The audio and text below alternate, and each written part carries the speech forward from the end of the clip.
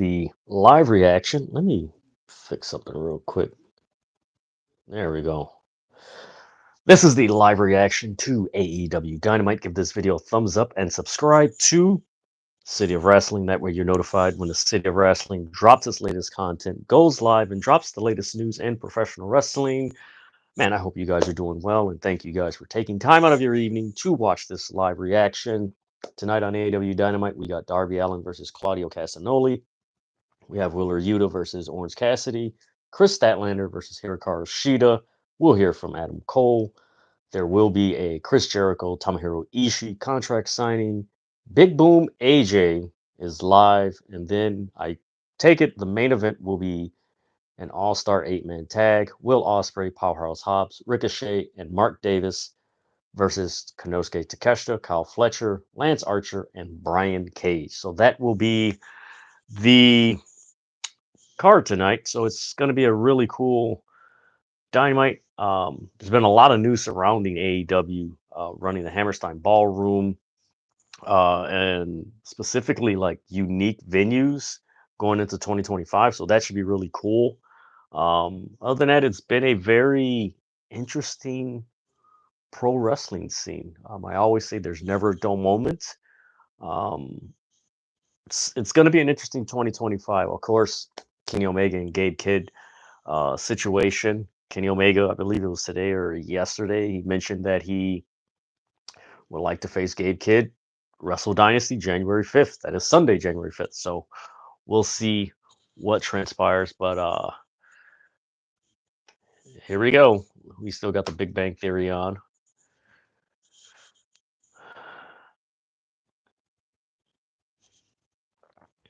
All right, let's see what we got here.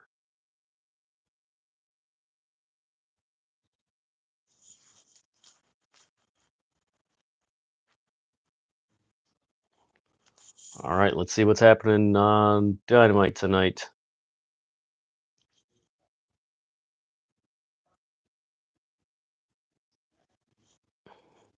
All right, we're starting off with a video package.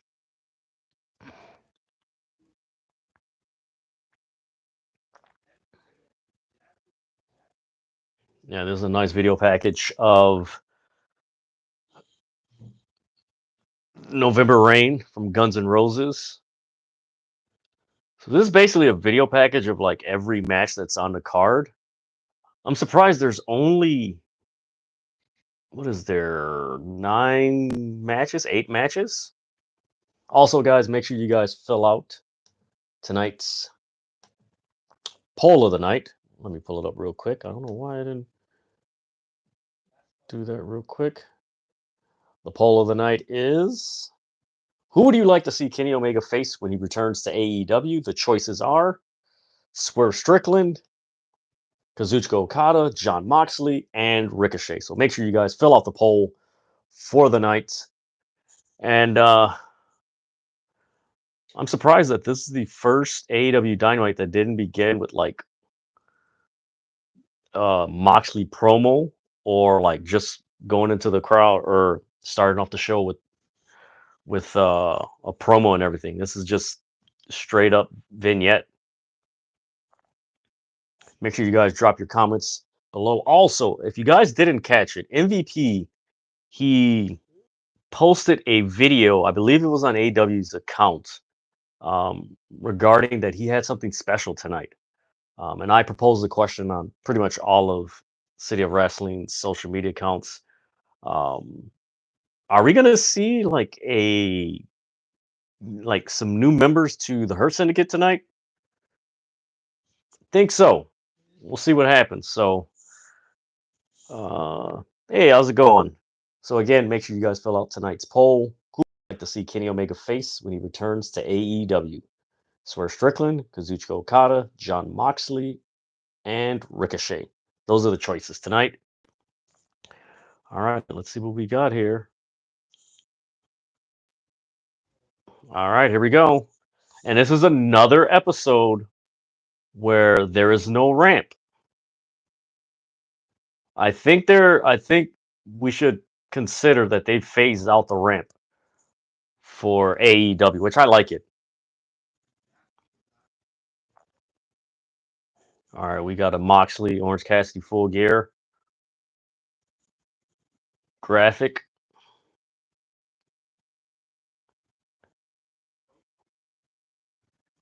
Wheeler Yuta. Okay. We got Wheeler Yuta and Orange Cassidy.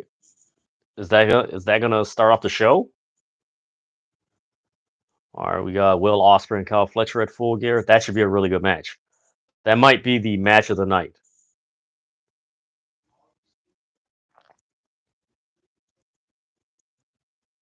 All right, let's see what we got here. Wait a minute. Are we starting off with the 8-man tag? Holy crap. Wow. I thought that was the main event. Okay, Okay, so the main event. Are they going with Wheeler Yuta and Orange Cassidy as the main event or Darby and Claudio?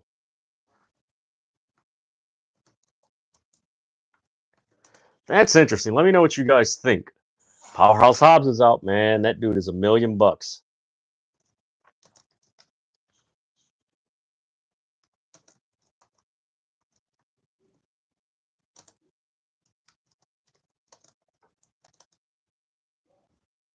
Here we go. Will Ospreay.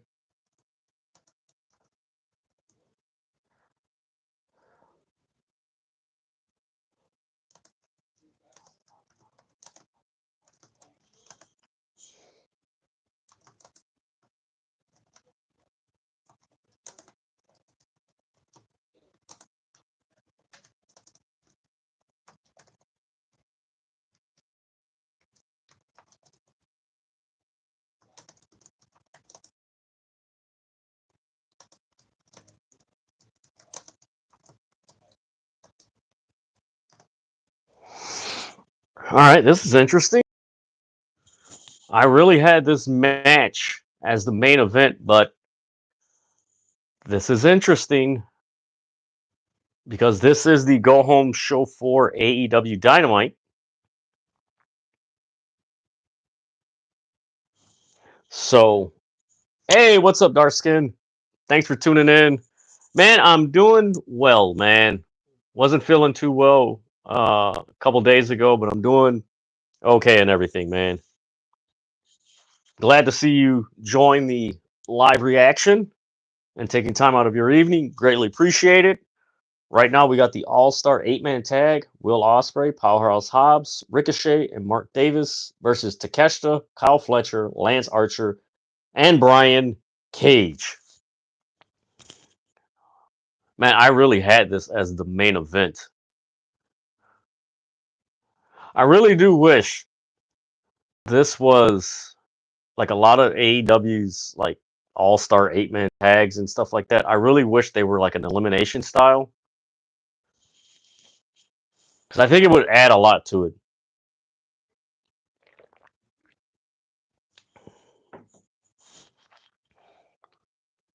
All right, we got, and man, they're brawling all the way to the entrance.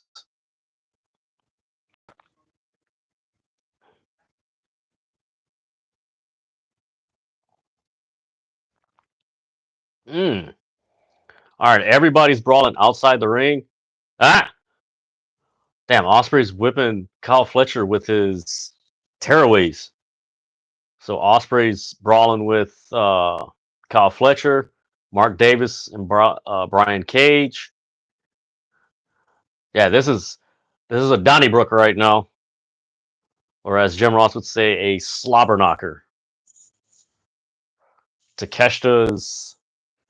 All right, we got Hobbs and Lance Archer.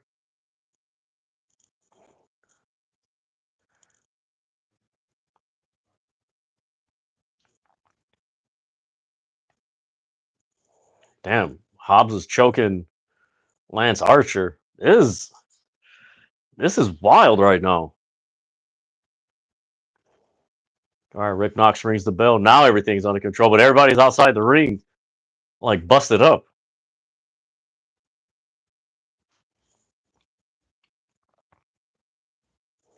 All right, we got Takeshita and Mark Davis. Ah, did the shoulder, nothing. Shoulder to shoulder, nothing. All right, here we go. Takeshita. Shoulder, nothing.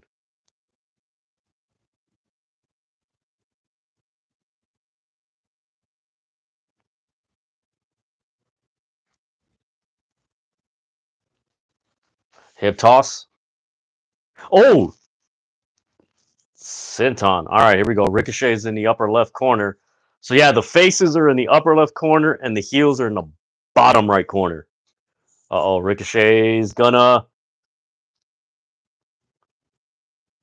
over the top rope on Takeshita. Ah, clothesline by Brian Cage. Man, Brian Cage looks really cool with the beard and all black. Like he actually reminds me with his look. He reminds me of Mike Awesome.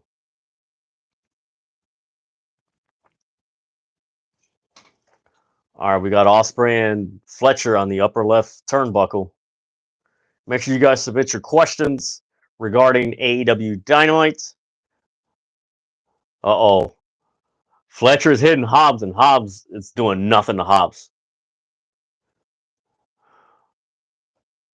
Oh, Lord. So they're in the upper left corner. What the hell is Hobbs going to do? Oh, damn, it looked like he was going to suplex him. Oh, my Lord. All right, we got Lance Archer. He's putting...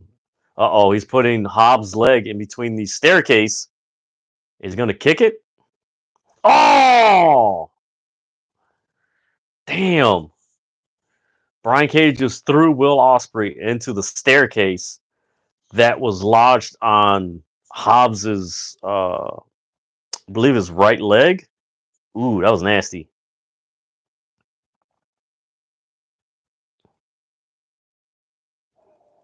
So they're checking on Hobbs on the upper left corner, and they're taking him to the back.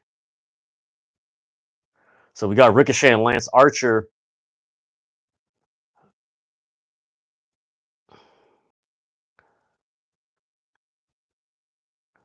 Uh-oh. Awesome. Oh, wow, what a nice reversal by Ricochet on Lance Archer into a Hurricane Rana. Damn. Lance Archer just hit a shoulder block on Ricochet. Lance Archer's a beast. He's just tossing people. Just tossed Ospreay trying to do his jumping forearm. Ah! Caught Ricochet. Damn. Uh-oh. Left side. That man just choke slammed Ricochet onto Mark Davis and Will Ospreay. We want a picture in picture? Should have known they were going to picture in picture. That's like the common theme now in wrestling. That they would they go to like commercial break or picture in picture in AW's case when there's like a high flying move or something like that. All right, let's see what we got here in the world of wrestling. Hey, you got a nice event from Arena Mexico. Man, that's a nice. Man, I always like their graphics, man. There you go. Tonight at 8:30. A lot of us should get familiar with these guys considering the tournament. Well, we got Wrestle Dynasty coming up. And then, of course, AEW's been promoting the CMLL wrestlers for I believe that Thanksgiving Eve tournament, or not tournament, Thanksgiving Eve Dynamite in Chicago. So we should see everybody die. Man, you know what?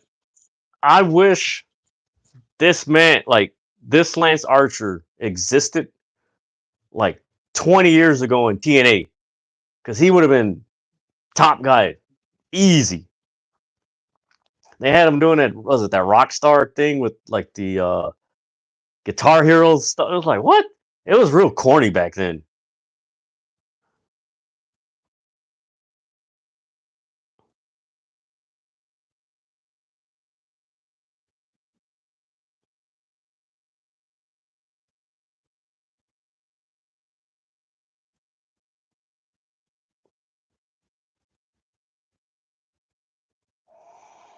All right, Ricochet. Yeah, the Don Callis family basically has been they've had the upper hand since Will Hobbs um, had his knee, you could say, smashed from Brian Cage throwing Ospreay into the staircase on the left side of the ring, outside the ring.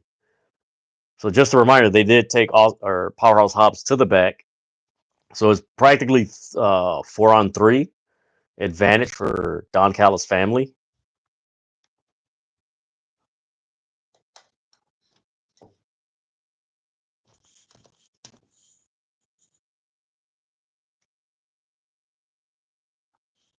Hey, Darby Allin's going to be on. Was it Was it Dinner in a Match? Is that what it's called? Meal in a Match. All right, we're back.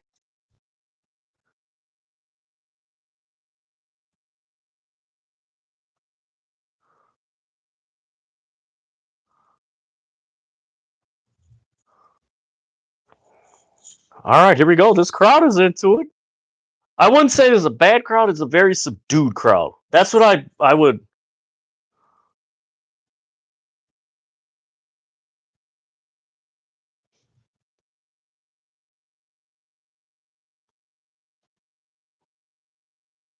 Damn, nice uppercut by Ricochet. We got Ricochet and Takeshita in the match. All right, he's reaching. Ricochet's reaching for a tag. Now, oh wow, nice roll up. 1, 2. Ooh, kick out by Takeshita. Miss. Oh, nice springboard. Nice back elbow. Nice.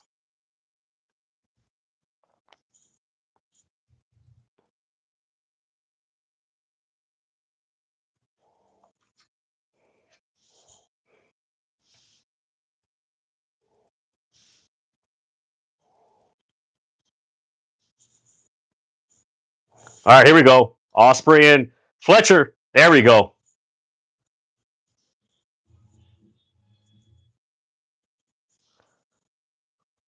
Ooh, man, they're going like 100 miles. Ooh, nice. Damn. All right, Irish whip. Nice. Damn. Nice insecurity. All right, here we go. Takeshita and Ospreay. Damn, Ospreay just knocked down Archer and Cage. This is going 100 miles an hour, and I like it. This is some good stuff.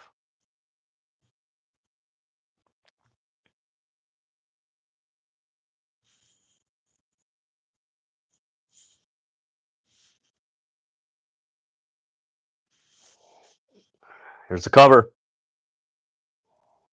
Kick out by Takeshita.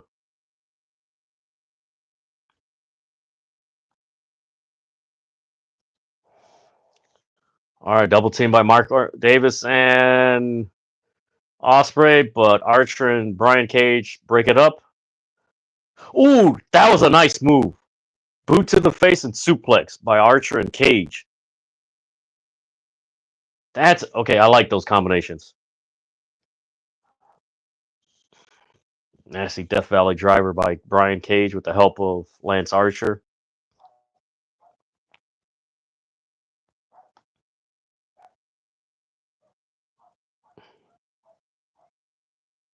Mmm. Blue Thunder Bomb. Damn.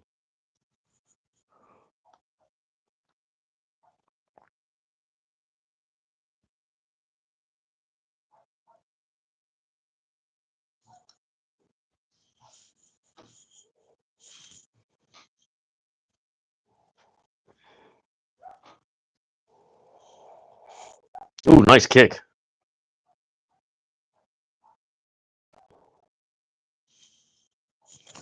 Let's see. The crowd thing is a TBS thing. I was just watching on TBS app, but once you said something, I switched to the Triller app, and man, the crowd sounds so much better. Yeah, man. You know what? Even I'm glad you brought that up because people think it's an AEW thing, but I've heard that even on NBA games, like the crowd is just real. Like, what the hell? I'm glad you brought that up because people think it's like, oh, it's a bad thing. Like, nah, it's their thing.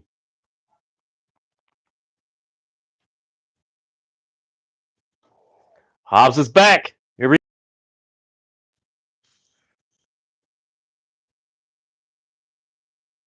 Yep. And not just AEW. Like even listen to if you listen to the MLB playoffs and like I said, the NBA, and even if you watch some of the March Madness, the crowd is like really like subdued. I don't know if it's the audio guys that want the announcers to be clear, more clear than the crowd, but it's like I'm watching a sporting event. It's freaking loud. I'm like, really? All right, here we go. Hobbs got the upper hand. Clothesline to Takeshita. Clothesline to Cage in the upper left corner. Clothesline to Fletcher. And now clothesline to... Oh, man, that's a nice overhead shot.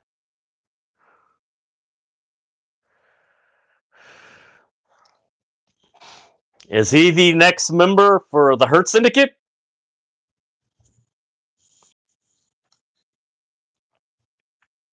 Mmm! Nice power slam by Powerhouse Hobbs.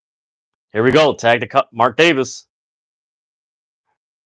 I think people forget how good of a wrestler Mark Davis is because he's been out with an injury for so long.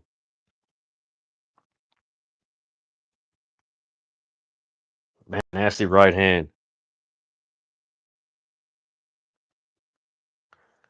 Nice backdrop. Uh-oh. Caught the knee strike. And Security.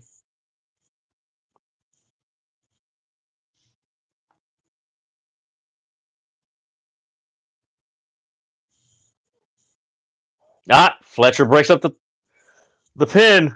Make sure you guys fill out tonight's poll. The poll of the night is, who would you like to see Kenny Omega face when he returns to AEW? The choices are Swerve Strickland, Okada, Jon Moxley, and Ricochet. Uh-oh, here we go. Mark Davison and Kyle Fletcher brawling. Like Dusty Rhodes used to say, who be bad now? Ooh, nice.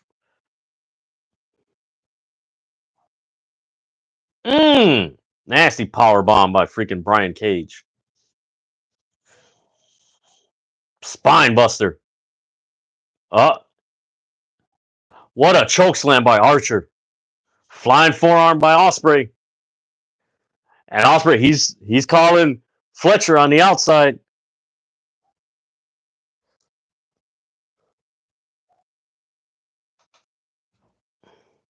There we go. Forearms. Oh, what a kick. Damn, Ospreay smooth. Oh my lord, this is beauty with, damn. Oh, man. Woo, Spanish fly. Man, that was a beautiful sequence. Uh-oh. Uh-oh. Oh, he accidentally hit Mark Davis. Super kick by Fletcher. Forearm on the outside. Uh-oh, Takeshi's pulling up the knee. Oh, damn. Oh, damn. It's over. Knee strike.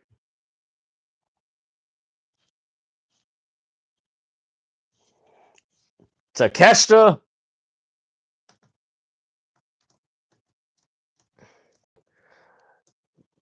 We got Takeshita, Kyle Fletcher, Lance Archer, and Brian Cage are the winners.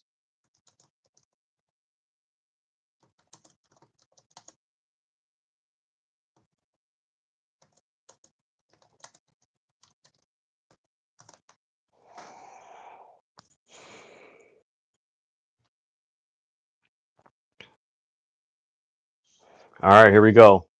Oh, we got Jon Moxley.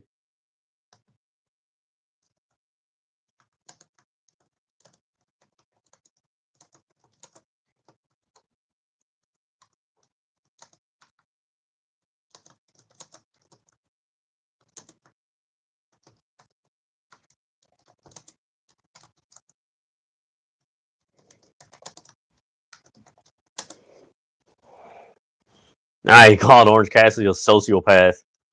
Isn't that what he is? Technically.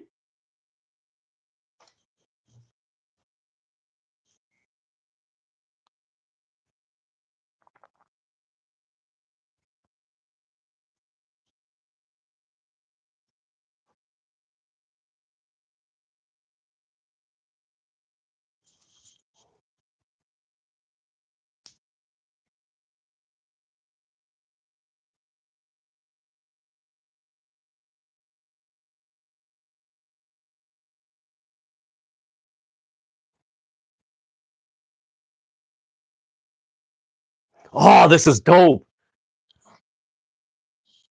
They're letting Claudio speak in his native language.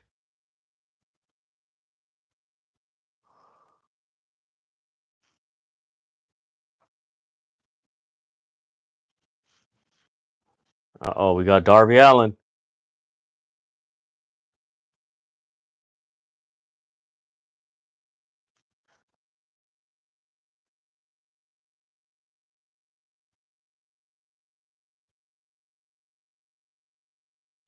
Nice, and Claudio's today's your day. Don't forget, AEW Continental Classic starts in Chicago next Wednesday.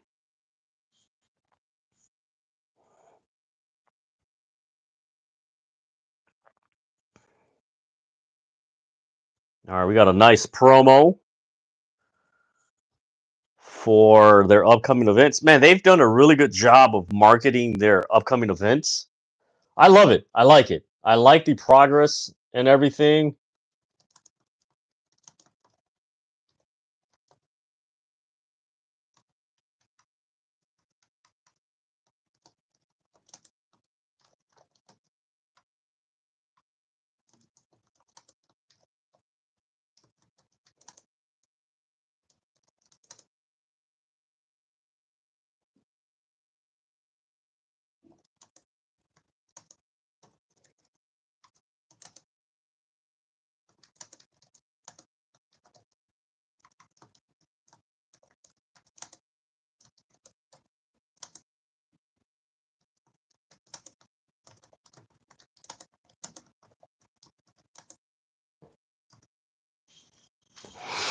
Again, thank you guys for tuning into this live reaction of AEW Dynamite. Give this video a thumbs up. Subscribe to the City of Wrestling. That way you're notified when the City of Wrestling goes live and drops its latest content, as well as dropping the latest news in professional wrestling.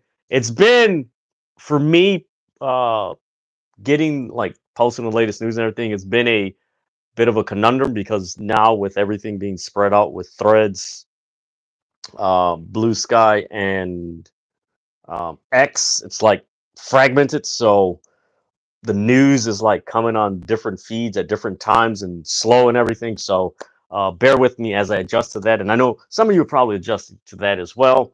Man, but make sure you guys fill out tonight's poll. The poll of the night again is: who would you like to see Kenny Omega face when he returns to AEW? We got Swerve Strickland, Kazuchika Okada, Jon Moxley, and Ricochet. Those are the choices for tonight. So far, we had in the 8-man or the All-Star 8-man tag, we had Takeshita, Kyle Fletcher, Lance Archer, and Brian Cage defeat Will Ospreay, Powerhouse Hobbs, Ricochet, and Mark Davis. We had a promo by Jon Moxley and the Death Riders. And then we had another promo by Darby Allin. I really like this vibe that they're putting out here. I really like it.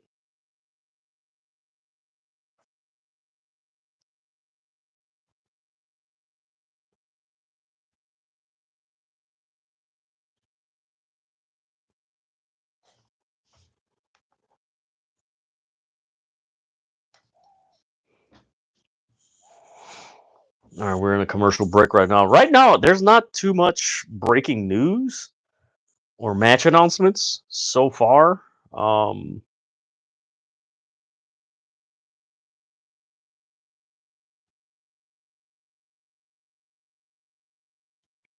all right, let's see. Hey, shout out to Andrew Badella.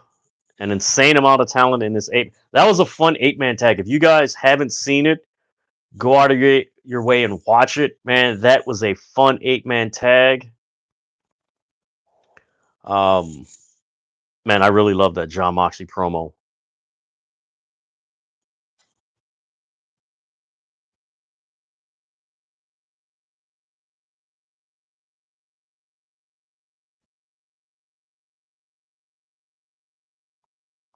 All right, we got Renee Paquette outside.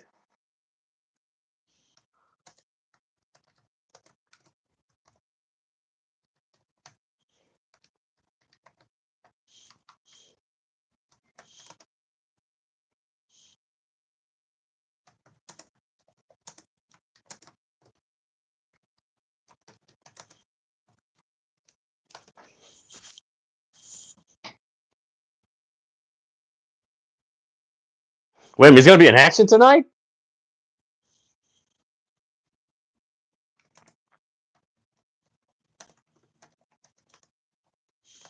Oh damn!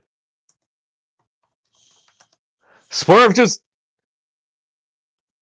he just ran up on he just dude, he just ran up on Bobby Lashley and stole off of him with a freaking chain wrapped around his fist and then ran off.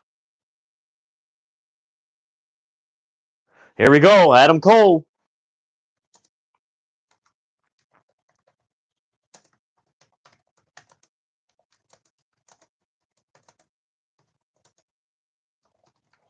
All right, we got Adam Cole up right now.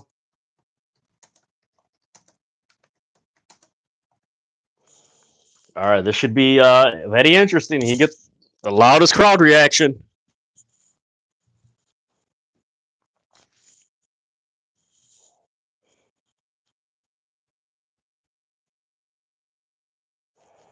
Man, John Moxley's line in this promo: "When the AW Championship is on the line, you are a threat to my people, and I will destroy you." That's chilling, man.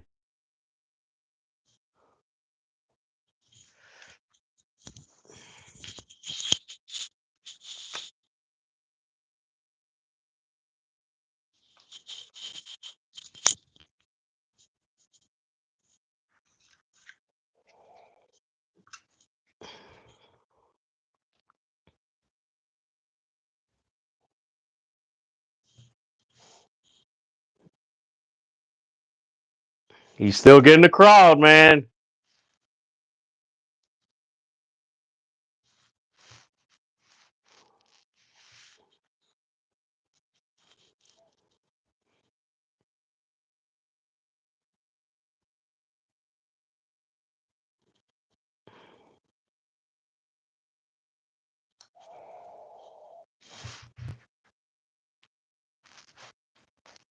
All right, Minder. He's not gonna get his hands on Adam Cole this Saturday, but his buddy is. Roderick Strong is.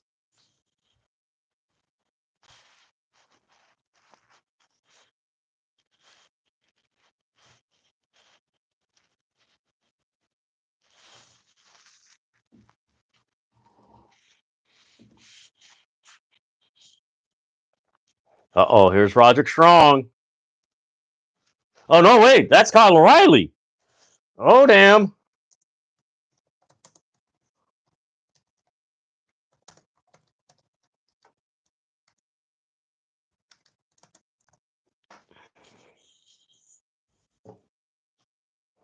All right, this should be very interesting.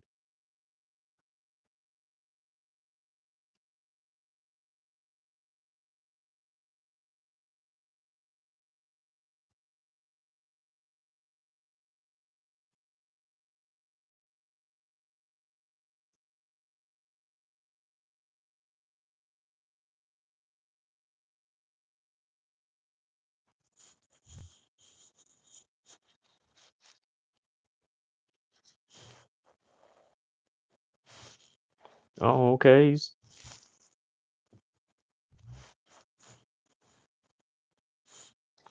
He's warning Adam Cole. End it before somebody gets hurt.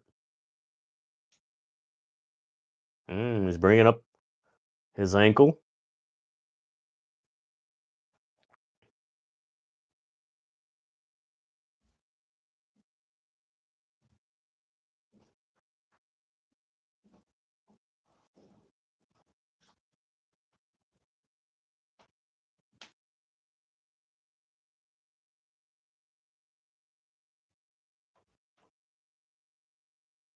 Hmm. Oh, he's telling them MJF is 3 steps ahead of him.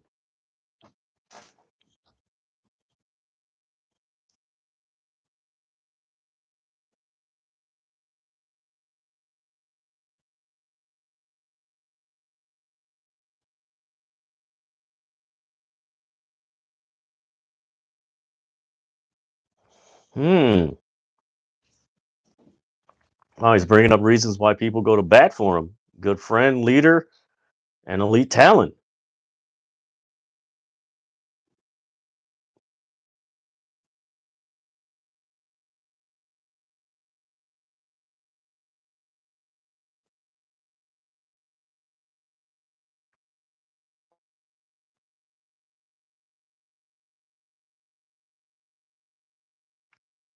He's telling, hey, he's warning them. I don't know. This is very interesting. All right, wait a minute. We got Orange Cassidy in the back.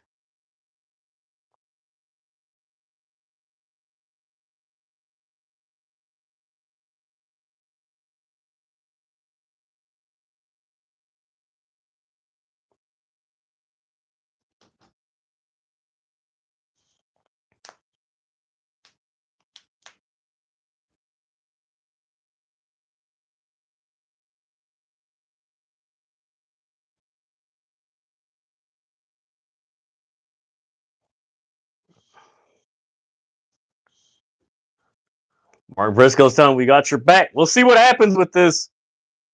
This is interesting. You got Rocky Romero, Tomohiro Ishii.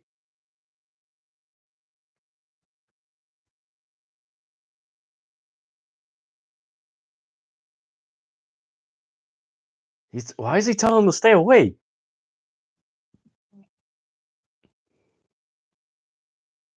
Mark Briscoe knows what's up. It's like, man, it's a numbers game. He gonna get beat. You're gonna need all the help you can get. Rocky Romero and Tomohiro Ishii like, this ain't a smart thing to do. All right, we got Kris Statlander, Hikaru Shida.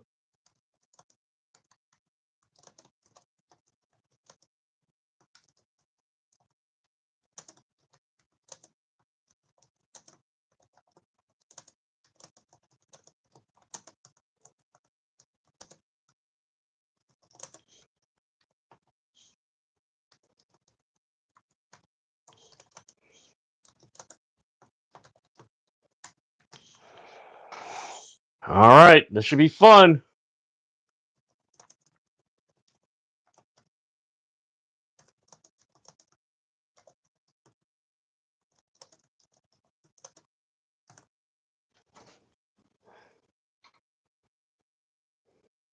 You know what? I forgot who it. Man, it was somebody. I think I was on my TikTok or something. My TikTok live on Fridays. Somebody mentioned. Maybe it was another podcast I was listening. But man, it would be interesting, and it does feel like Sheeta's gonna make a heel turn pretty soon. I was like, that's interesting.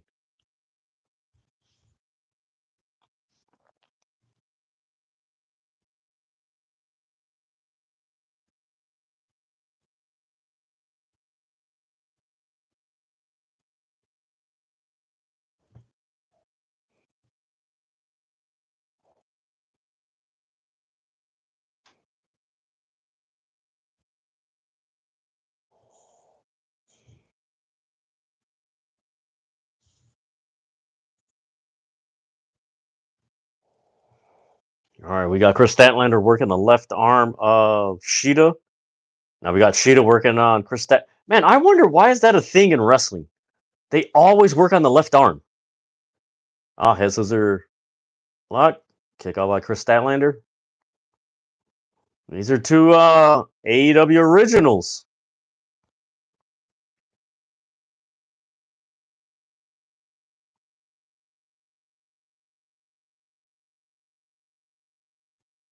All right, here we go. There we go. Sheeta working the left arm. Ooh.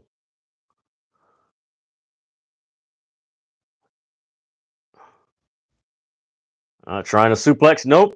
Not happening. Ooh, damn, that was a snug takedown right there.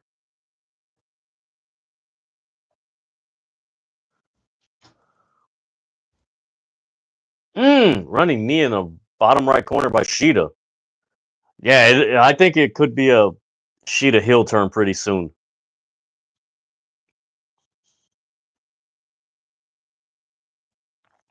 Ooh, nice takedown. Nice moonsault by Kris Statlander. 1, 2, kick out.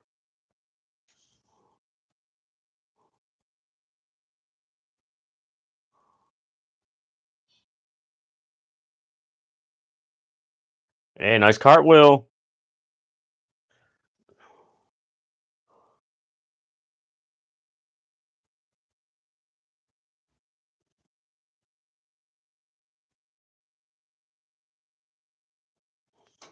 She's stretching her arms out. Ow, Smooth was always very somebody said Claudio in his promo went 1980s action movie evil European.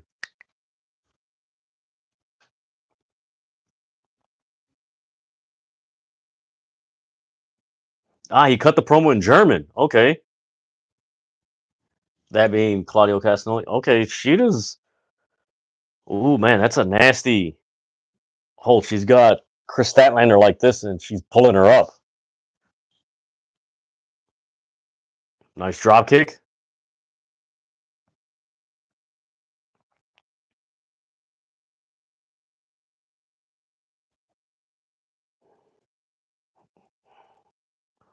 All right, she's in the middle, right in front of the hard can. Wait a minute, she's running on the side. Ooh, running knee. Ooh, that's gonna hurt. Man, I wonder if Sheeta's.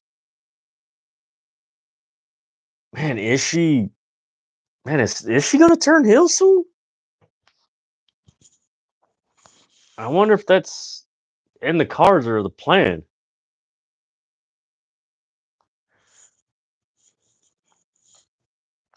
Ooh, damn! Now she threw Kris Statlander in the barricade on the upper right corner. Breaks the count. Hey, yeah, I think a heel turn from. Well, to add heat to the match that is taking place on Saturday. Yeah, I think Sheeta's turning heel soon. Man, I can't. Man, who the hell was it, man? It was somebody that mentioned Sheeta joining Mercedes. Man, I can't remember who it was. I want to give him credit, but man, Laron, I would not be surprised by that. That's what I'm thinking. Because if like anybody who's watched Sheeta her entire run in AEW, she's always been a very bubbly character. Man, why did the screen go black? All right, there we go. Um, but lately, and you know what? This is probably a thing with AEW. It's not a bad thing. It's just something that usually happens. That usually happens with heels. Whenever someone is turning heel or going along that path, they become very quiet. They're not talking. They just become very quiet. And for me, I like that characteristic because it's like, okay, you can play many things off of it. Are they frustrated? Are they contemplating a new strategy, or they just had enough and they want to turn? So you can go through those three different paths. And man, that Whopper looks good. Man, man, that Whopper from Burger King looks good. I'm sorry. Hey, you guys know how I am when I talk about food. Um, ooh, nice. Oh, nice counter by Shida. Roll up. 1, 2. Yeah, I think I wouldn't be surprised if Mercedes actually hired her.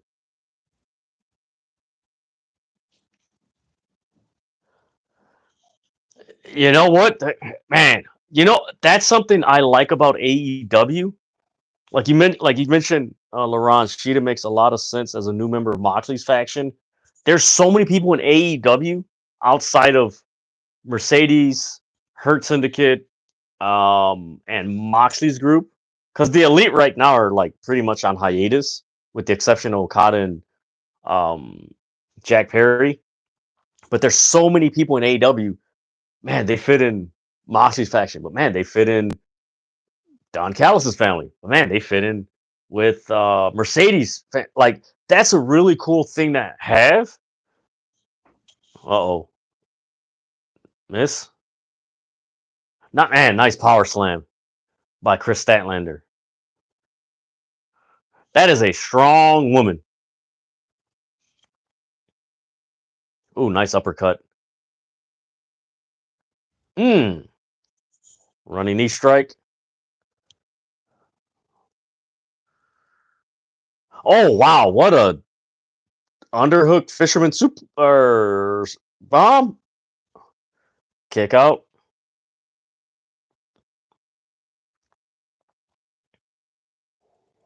This has been a really cool match between Shida and Statlander.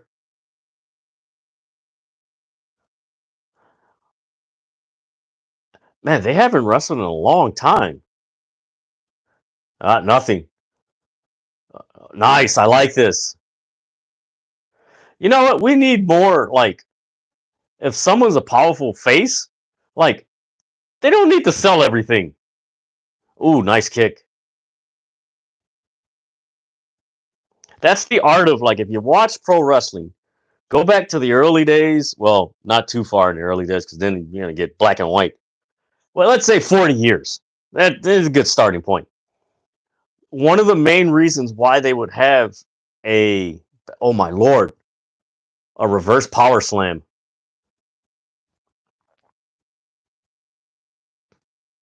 Backslide. Nothing. Ooh, nice Falcon Arrow. One, two, kick out. So one of the reasons they would have a baby face not sell was because one, it makes the baby face look stronger, but then on the flip side, it makes the um the heel become more creative getting the win, where they cheat to win, and that just puts more heat on the heel. There's a lot of psychology that people overlook in pro wrestling. Oh, nice reversal by Shida. Mm, nice super. Man, this is a very snug, a good snug. Uh-oh.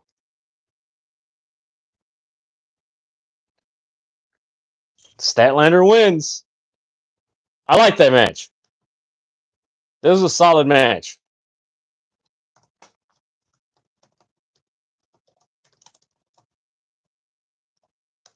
All right, let's see if anything happens in the post match. Is Shida gonna turn? Is Shida gonna turn?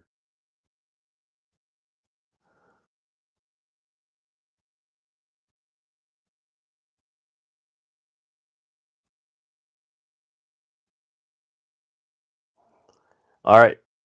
Okay. Mercedes is coming out. Here we go. I look, I'm telling you, Shida's gonna turn. Shida's joining Mercedes.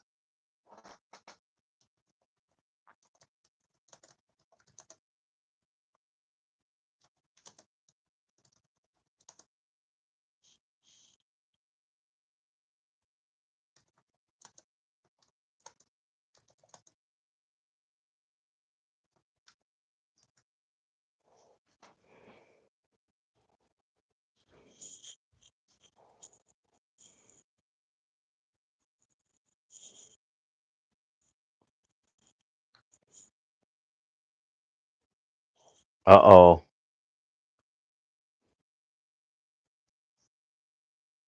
The season just started. Well, that yeah. Oh, she's throwing the Celtics.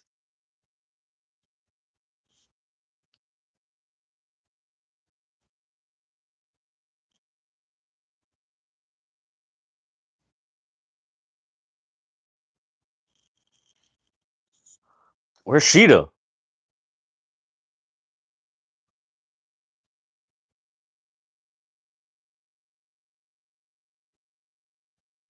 Ah, she's held the title longer than Kris Statlander.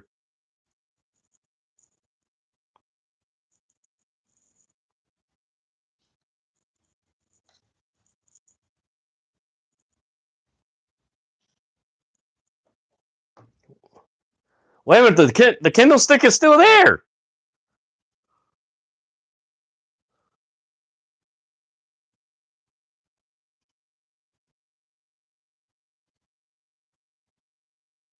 She keeps hitting Camille in the.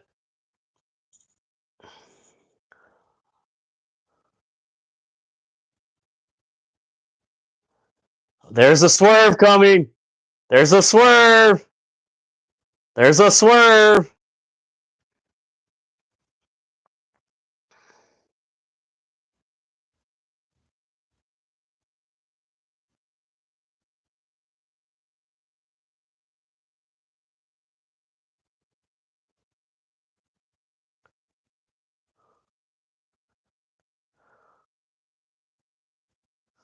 Oh man, this sucks.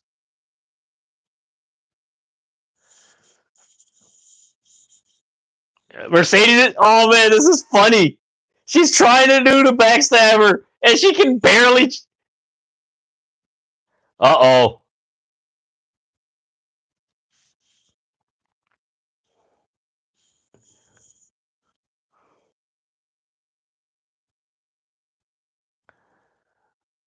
Statlander's losing. Yeah, I got a feeling Statlander's going to lose Saturday.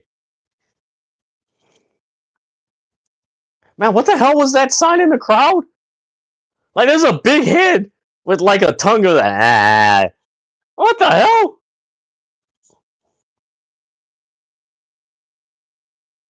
All right, MVP's talking.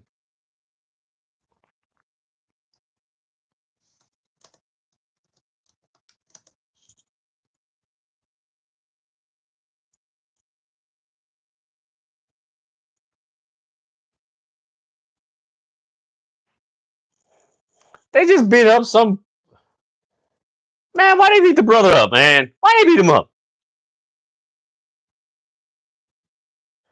Yeah, I think, yeah, I hope she's all right.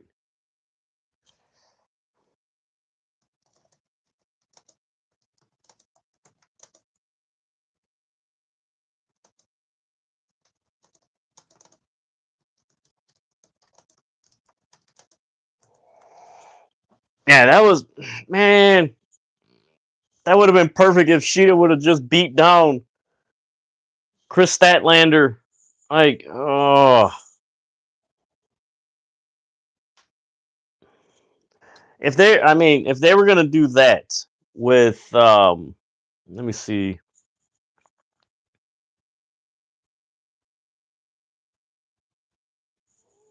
Let me see what we got here. Ah, everybody's laughing at Mercedes cooking the Sixers. That's funny.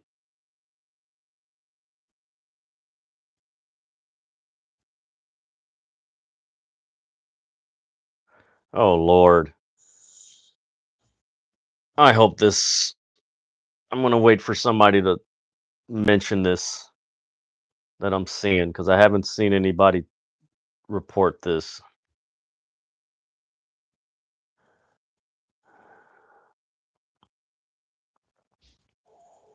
But man, that would have been so dope if Shida would have just turned on. Um,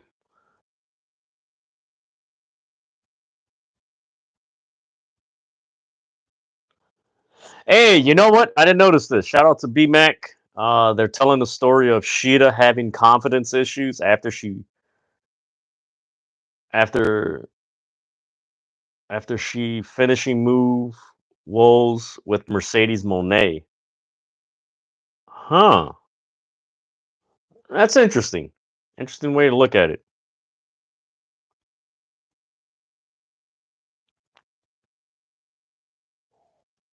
All right, we still have, guys. Let me check the card. Still got Darby and Claudio Castagnoli. You know what? Why didn't they just make Darby and Orange Cassidy a tag team versus Claudio and Wheeler Yuta? That actually would have made more sense. Let's see. Mercedes was teasing a surprise. Huh.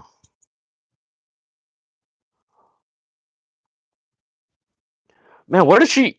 Hey, LaRon, I got a question. Where did she tease the surprise Saturday? Was it on her social media or something like that? Because, like I mentioned earlier, like everything's been scattered since everybody's leaving X and more on Threads and Blue Sky. Okay, an interview. I'll find it. Thank you. Thank you. Thank you. Thank you. I gotta check that out. Man, what the hell the surprise could be? Hmm. Okay, cool. Man, what the hell? I'm trying to think of who the hell's out there that would come. All right, we got a vignette with Jay White and You know what, man? A lot of people, we got to give AEW their flowers. These vignettes that they've been doing, man, top notch, man. There have been top notch vignettes.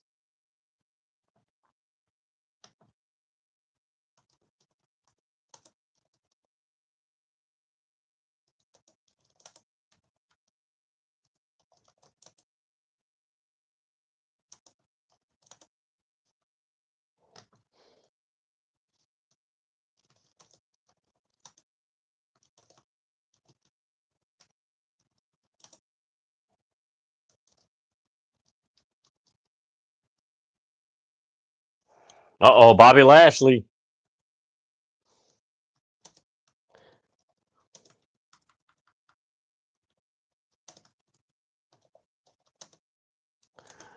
Man, he's facing. I think. Man, is that cheeseburger that used to be an A or Ring of Honor?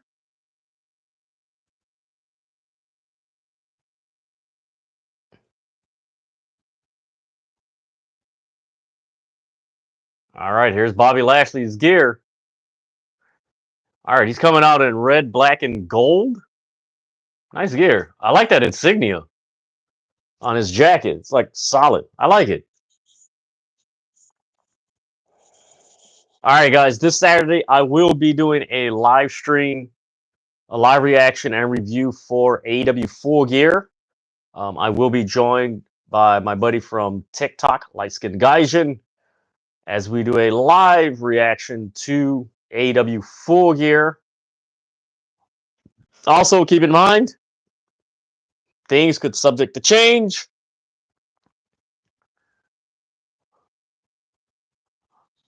Yeah, that is cheeseburger.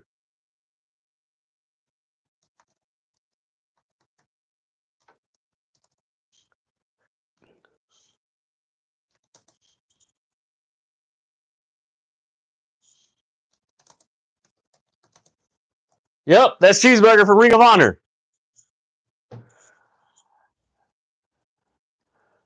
All right, I like this. I like that he's in a handicap match.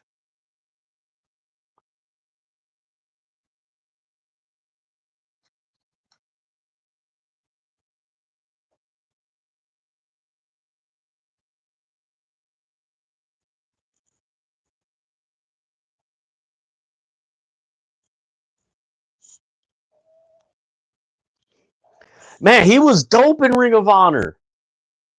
Yeah, you know what? A lot of it has to do with that whole. Oh damn! Bobby Lashley just tossed his ass into the ring. Man, somebody's gonna be taking a lot. Somebody's gonna be taking a cold shower and some Advils after this match. They getting their ass whooped. Oh Lord, he's got cheeseburger in a headlock, and there you go.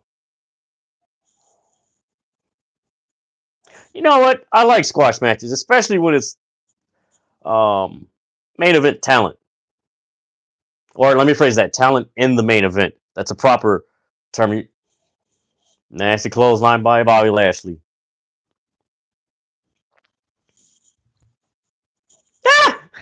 He just clotheslined Cheeseburger and freaking giving high fives to MVP and Shelton. Poor Cheeseburger. Uh-oh, Joe Keys. He's going to break it up. Matt Menard's like, what are you doing?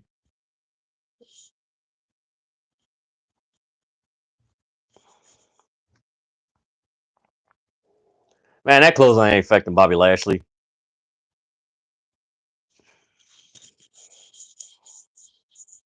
One-handed slam.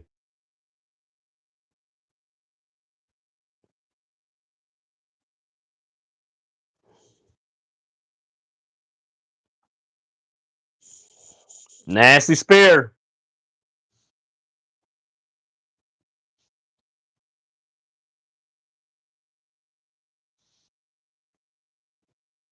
Oh, damn. I just thought about it. What if it's Megan Bayne?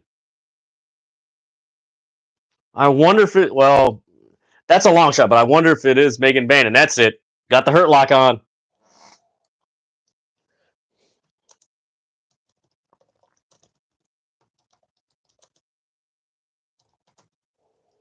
Bobby Lashley wins. All right, where's Swerve at?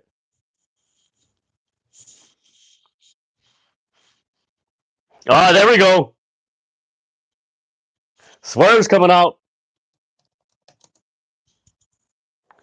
Wait a minute. Nana's at the... Swerve's going to do what they did to him last week.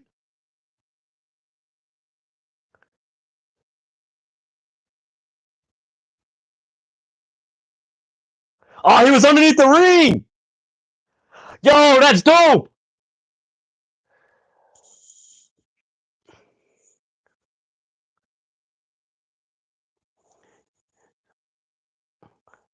Swerve got his hand wrapped around, have a chain wrapped around his hand. Okay, that was slick. I was expecting him to come through the crowd and everything. He was underneath the ring the whole time. That was dope. That was dope.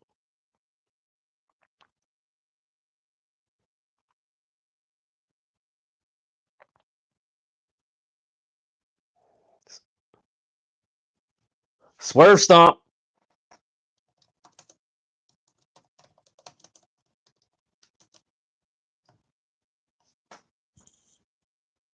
Whose house? Swerve's house.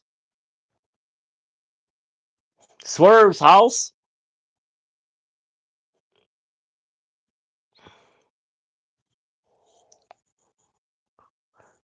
That was a slick, man, that was a very slick backflip out the ring.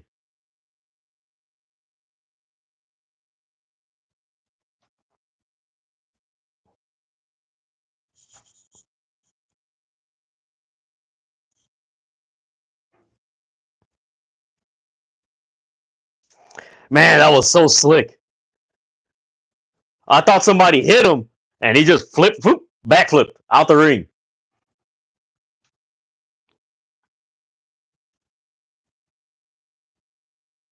Oh, we got Mariah May and Rina Shirakawa.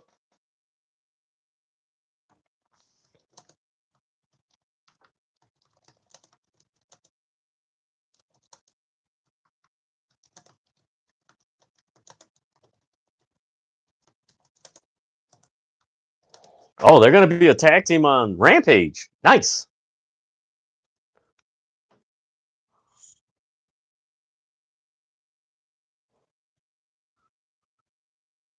Man, there's a reason when she hold the belts up, you only see one eye.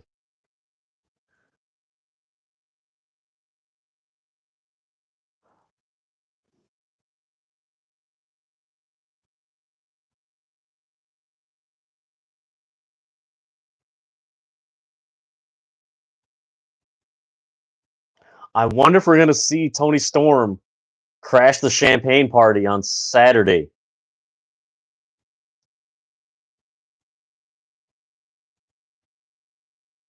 All right, here we go.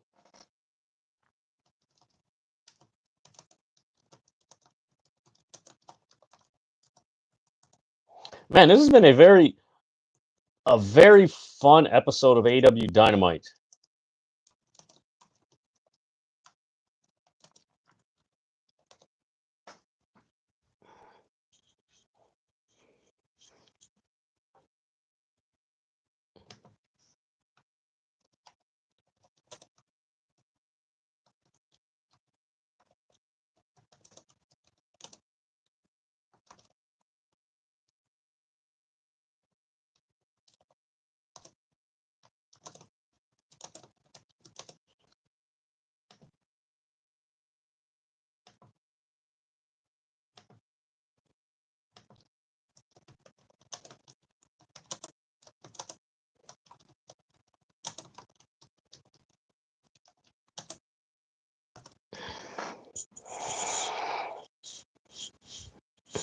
Man, this is going to be a fun match.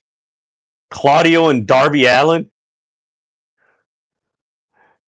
Claudio Castagnoli, low key, has had some of the best I I think it's hard to argue. I don't think it's hard to argue. I think Claudio's run in AEW has been better than his entire run in WWE. Like just the high profile significant stuff he's done in AEW compared to what he did in WWE, like I think there's an argument for that.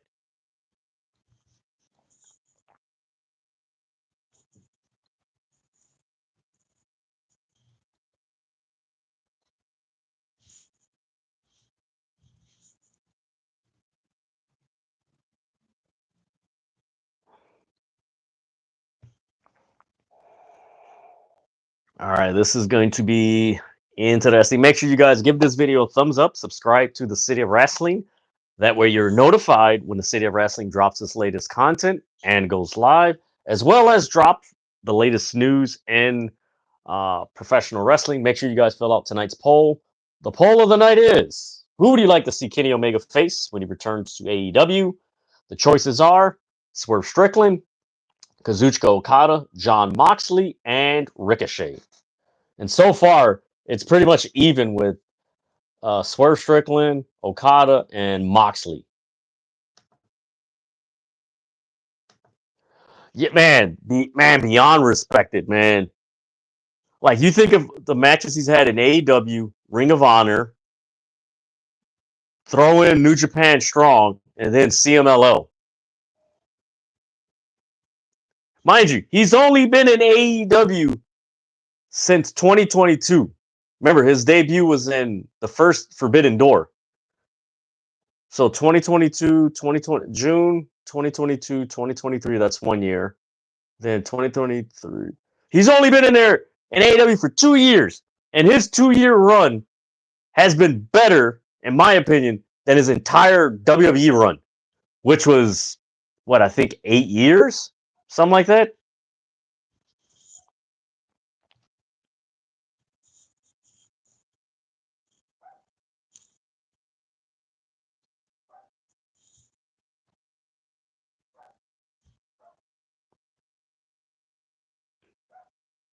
All right, here we go. Athleticism versus just freaking pure strength. Oh, damn. Nice.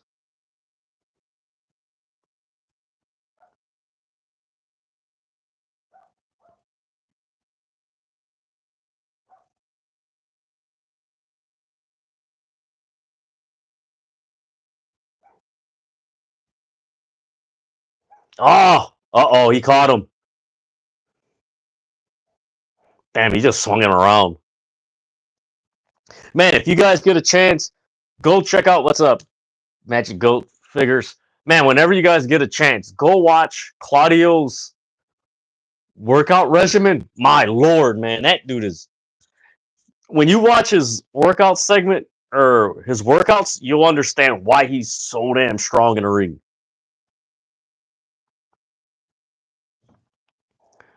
And he just clotheslined Darby over the ring.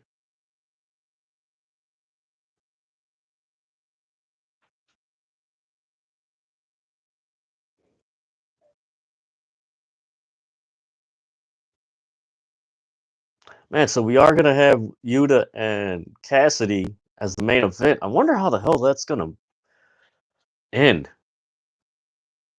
Vertical suplex, and he's just gonna walk him into the ring, up the steps. Like people don't understand how strong that is.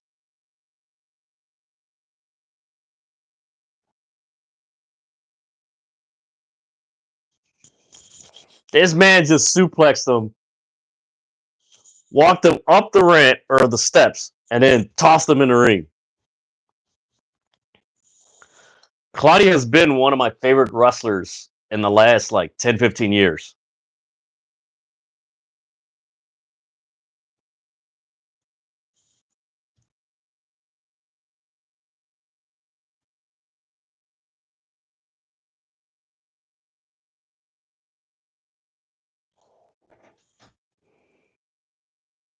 Man, I still haven't watched this episode of this cartoon, Invincible Fight Girl.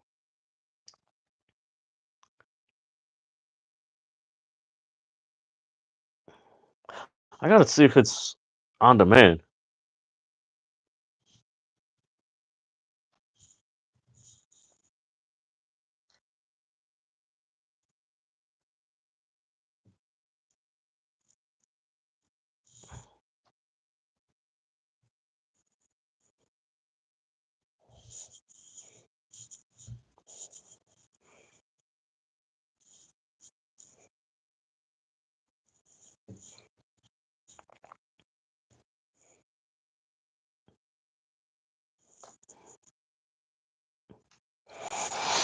Hmm.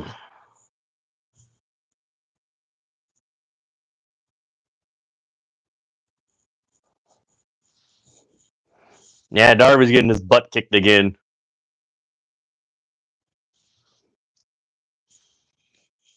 Oh Lord, we still got Jericho and Ishii contract signing. Oh Lord.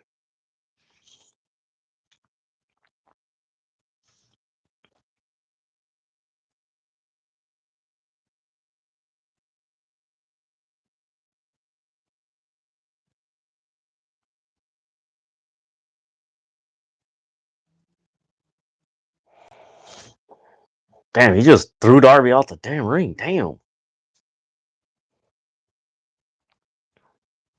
Hey man, I don't know if you guys noticed this, but a lot of these wrestling shows, ever since I want to say September, you could say September, a lot of these wrestling shows, the commercials have had less and less food.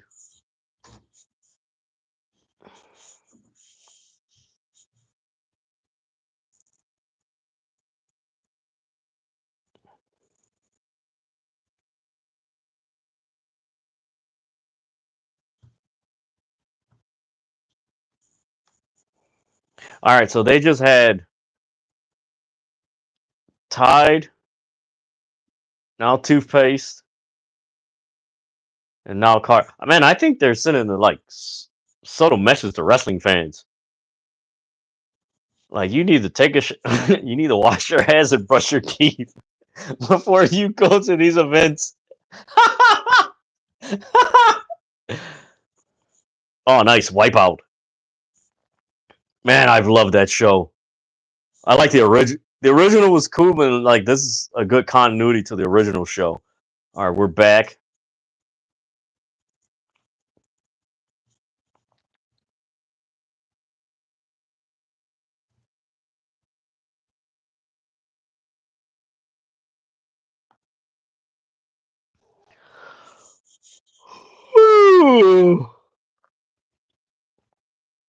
All right, they're outside.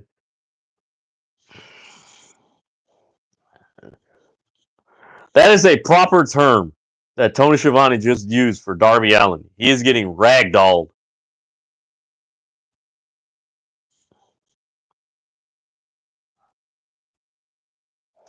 Count down to full gear.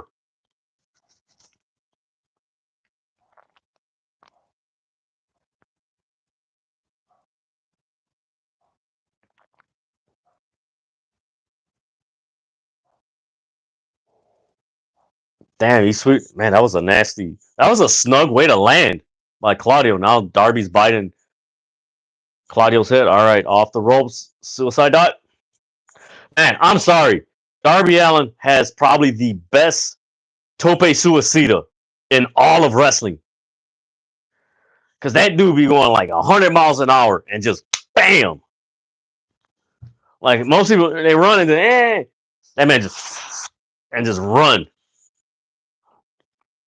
Darby Allin reminds me of Sonic the Hedgehog when he runs through the ropes, where he just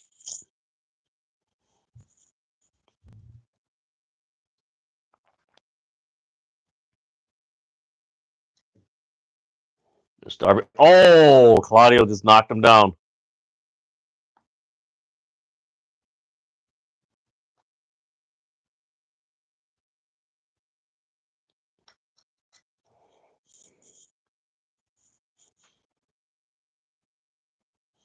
Gut wrench suplex. Damn, he's doing a gut wrench from the top rope.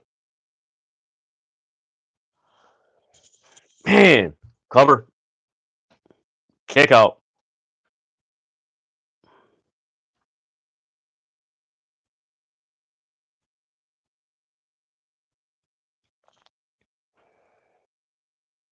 Man, this has been a very solid match. Tonight's matches so far have been, man, if you were to give it 5 stars, I'd give it 4.5 stars. Most of these matches. Let me see. I want to see Darby and Hologram versus Darby and Hologram, Top Beast Mortos and Claudio.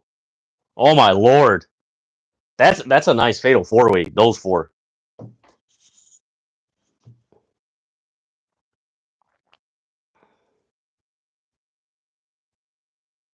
Wow! What a Canadian destroyer. That was dope. He just tossed them up and man, that was so good.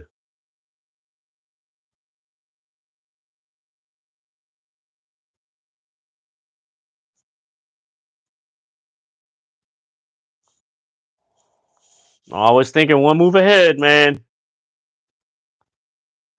Again, thank you guys for taking time out of your evening to watch this live reaction of AEW Dynamite. Give this video a thumbs up and subscribe to the City of Rasslin.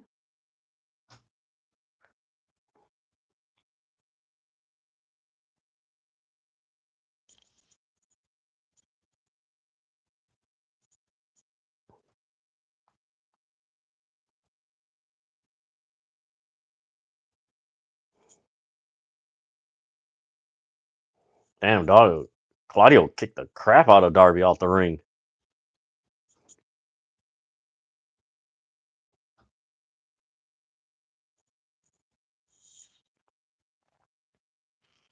Man, this match has been going on for.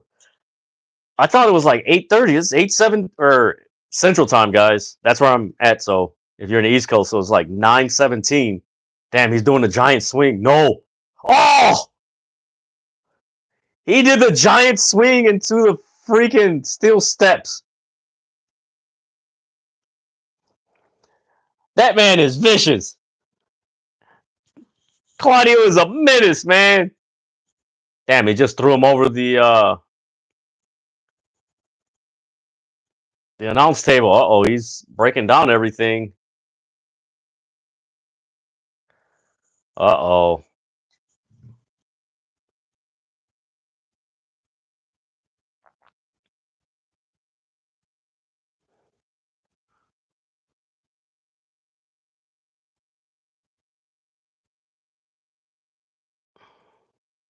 What the hell is Claudio gonna do? Damn, he just...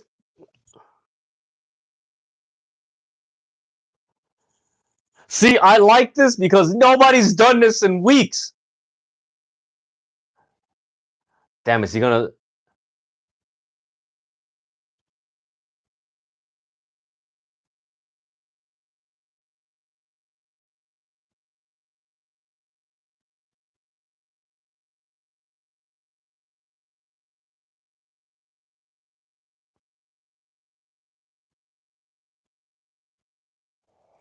Damn, he just threw Darby off the announce table onto the ring bell, but he hit the safety rail first. Ah, his leg. Ooh.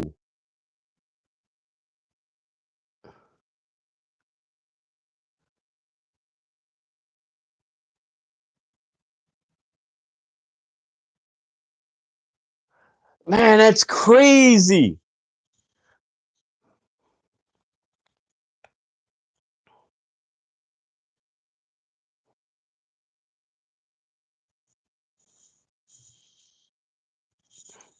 No way. Darby's nuts, man.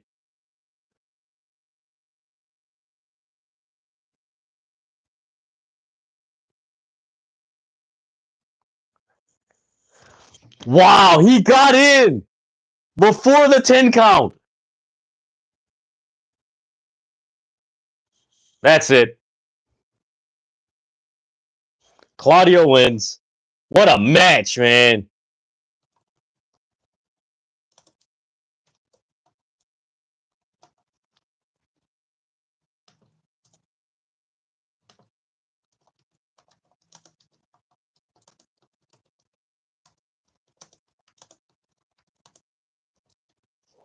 All right, we got something going on with Renee Paquette.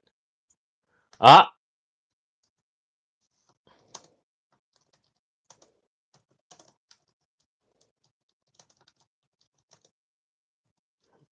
all right, she's with Private Party right now.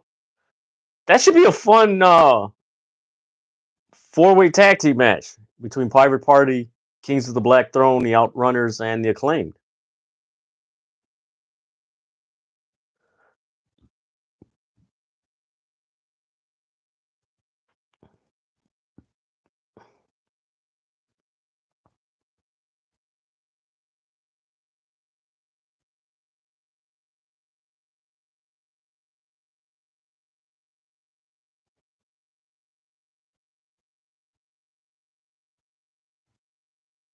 Ah,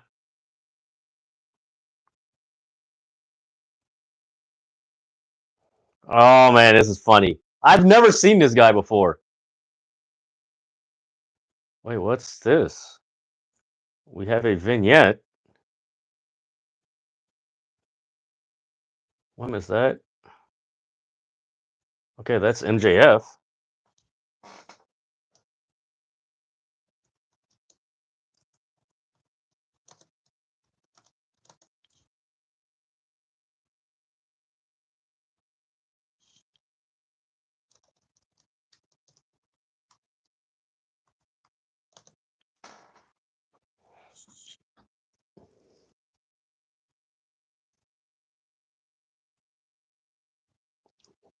Yo!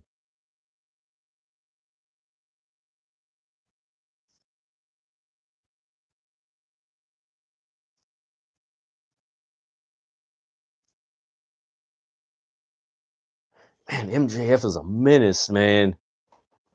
He's cutting a promo on Roderick Strong about his mentioned some supposedly family history of Roderick Strong. Wow.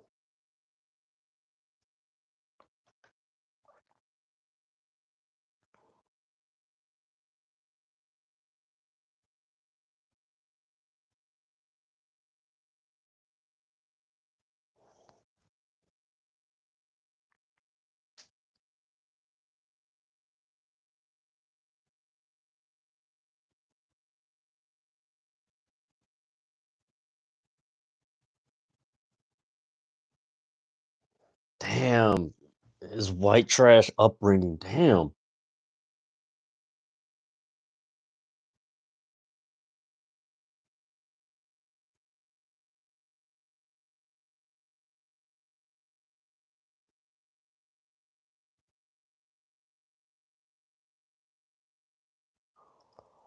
What a menace! Yo! Darby Allin's a freaking.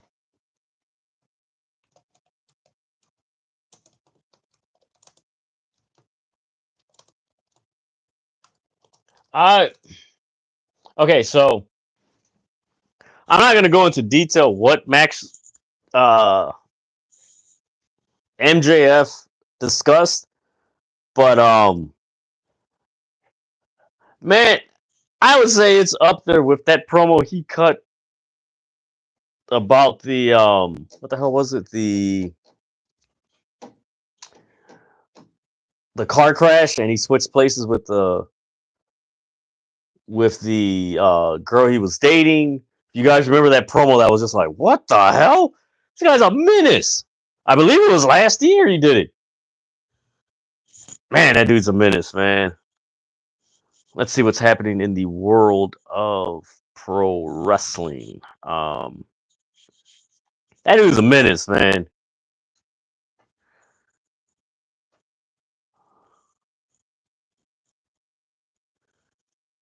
Let's see.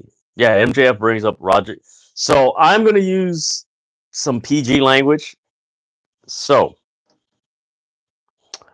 MJF brings up Roderick Strong's mom shooting his father.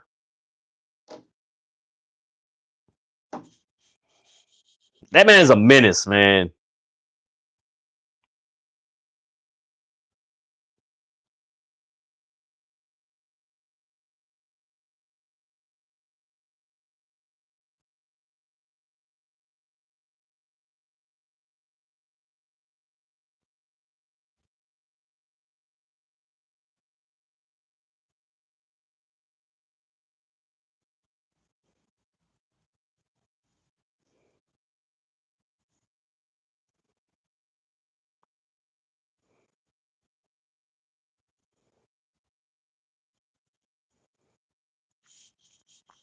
All right, let's see what we got here.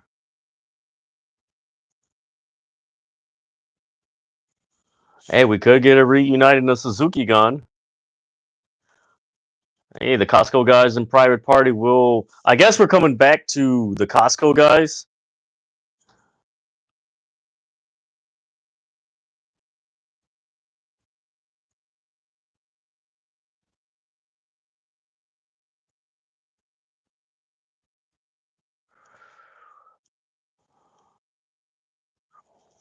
All right, so they say they have a big announcement coming up on Dynamite, which should be next. He does have a match against QT Marshall at the Full Gear 0 Hour. Let's see what else we got here.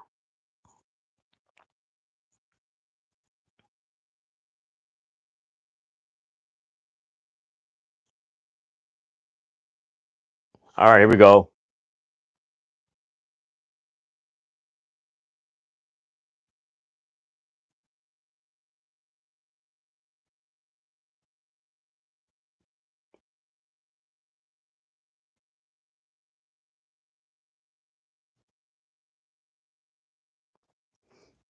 Oh man, he used to wrestle?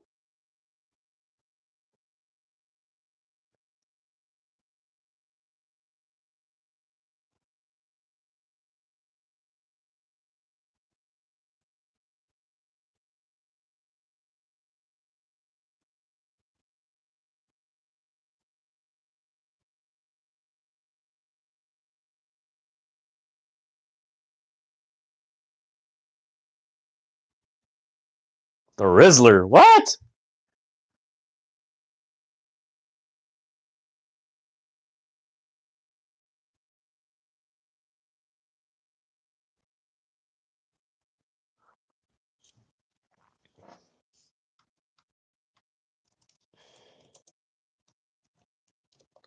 All right, we got Roderick Strong coming out.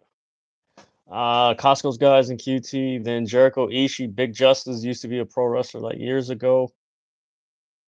Okay, cool. Yeah, I'm not familiar with their um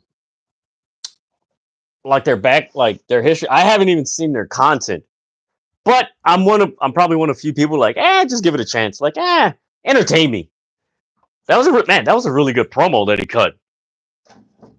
That was a really good promo.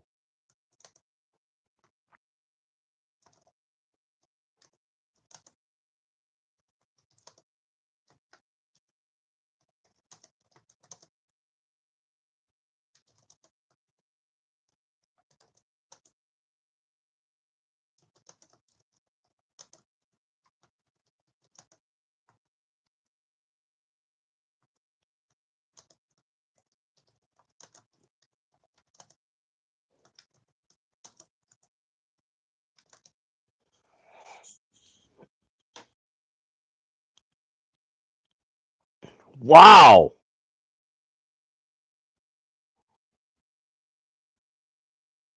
Man, was that real?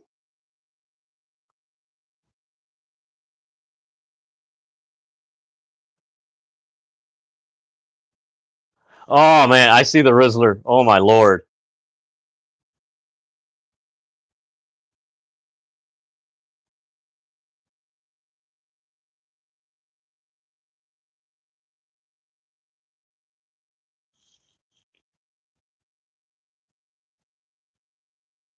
Yeah, I just saw it right now on Twitter.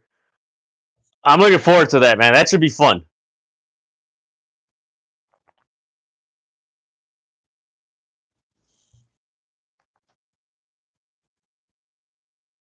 Yeah, like a Melvin.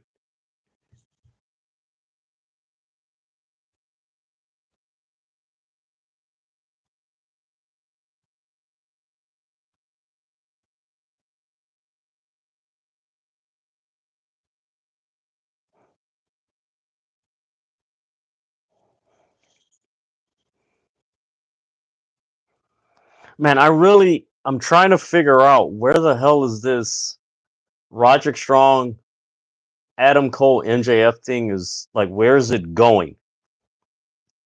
Like usually with a feud, you can see where it's gonna pivot and where okay, it's ending, but then it's gonna pivot here and here. Um,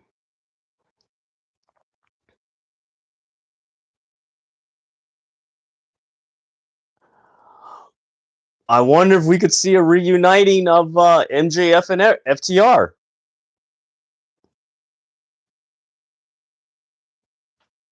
That's the only thing that I could. All right, we got a vignette. Jack Perry and Daniel Garcia, man. Man, these vignettes that AEW's been producing have been amazing.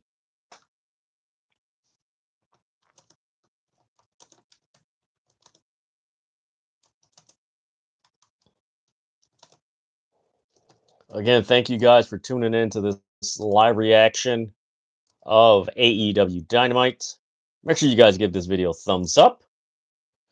Let me see. All right, Darskin, I see the matches you mentioned because we got. Oh yeah, we got Ishii and. My lord, why? That should be on freaking Ring of Honor. Yeah, we still got Yuta and Cassidy.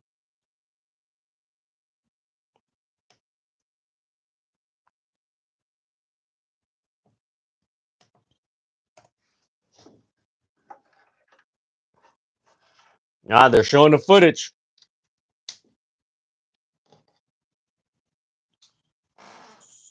Okay, after they went through the ramp. All right, man, this is.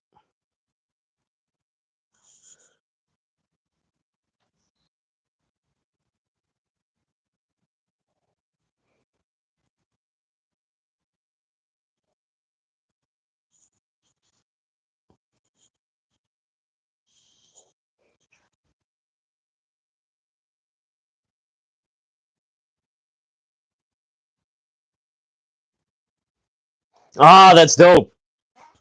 I haven't heard that line in years.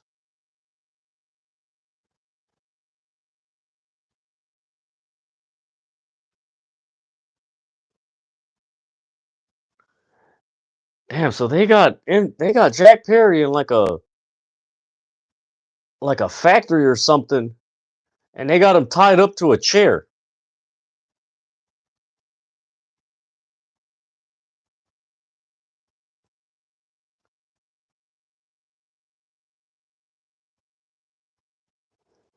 Man, Jack Perry's like a few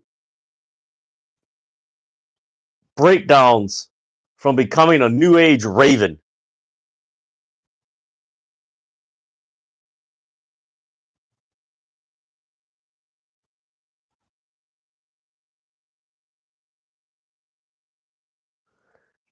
This is insane.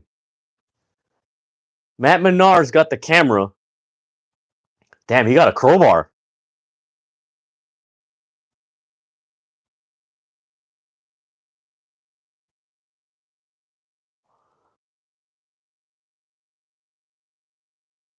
Why you throw the crowbar?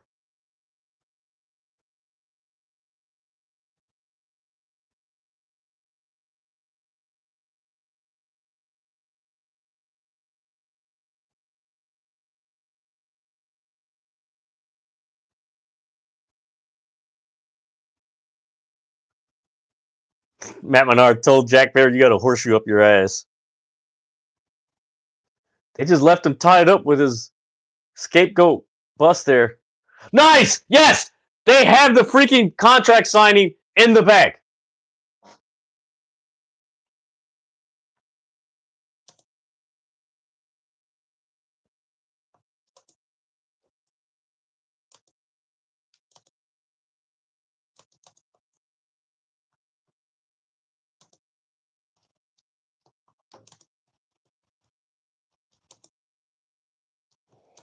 Boo hoo. Yeah, Jericho. Boring. Boring.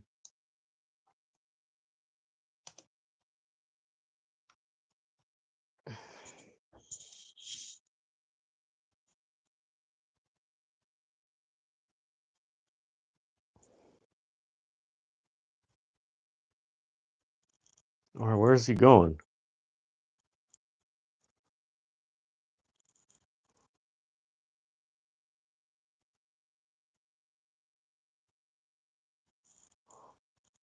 Wait a minute, Ishii's behind him. Okay, this might be entertaining.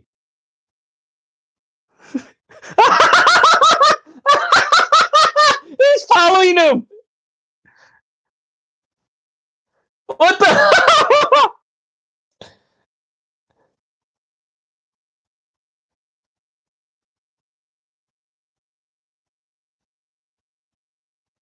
He's following Jericho.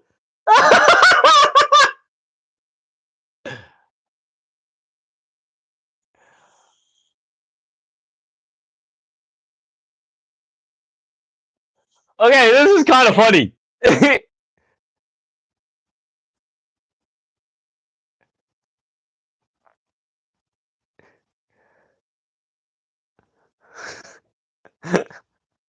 Jericho's look on his face like,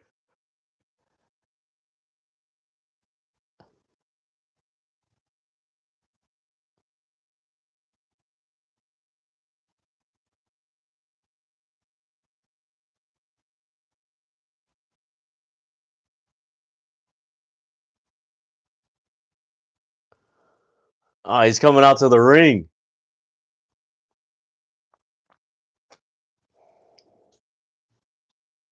All right, this is actually kind of cool. I know some people may not like this. This is actually kind of funny.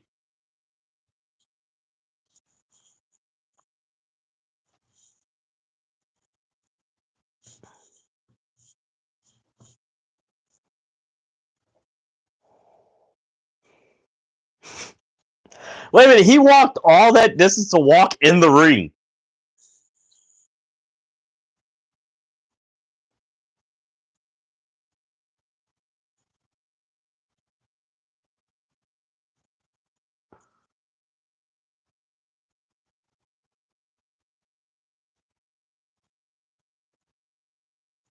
I would sign it, but I don't have a pin.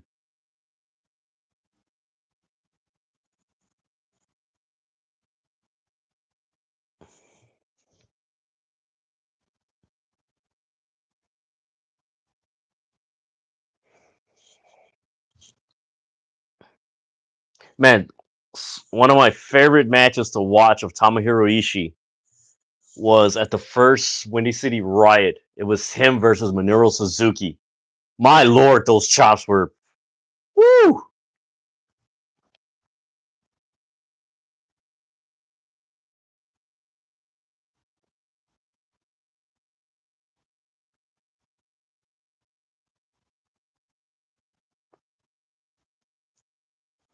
Oh lord, they're beating down Ishii, Big Bill, and Brian Keith. Can somebody take a sign to AEW Dynamite, Rampage, Collision, their pay-per-view? Big Bill and Brian Keith, please turn on Jericho.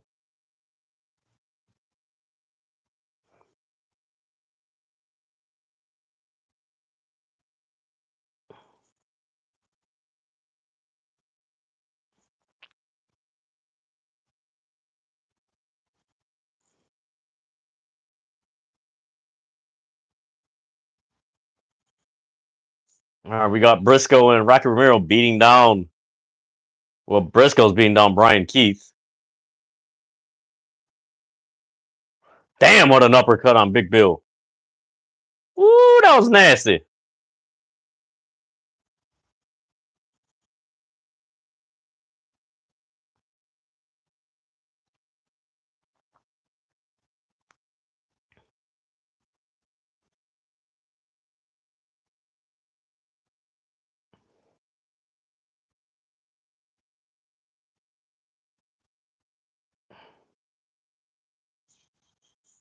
Jay Driller.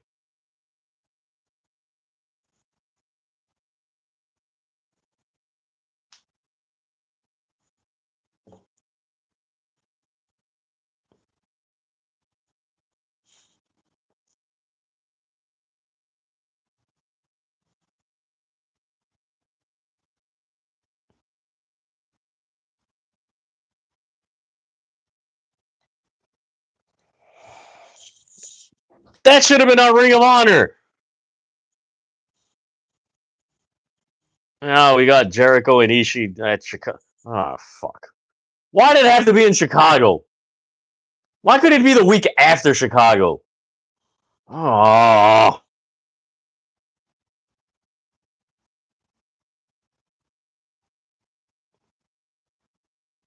All right, Orange Cassidy and Wheeler Yuta is the main event. Let me see what we got here.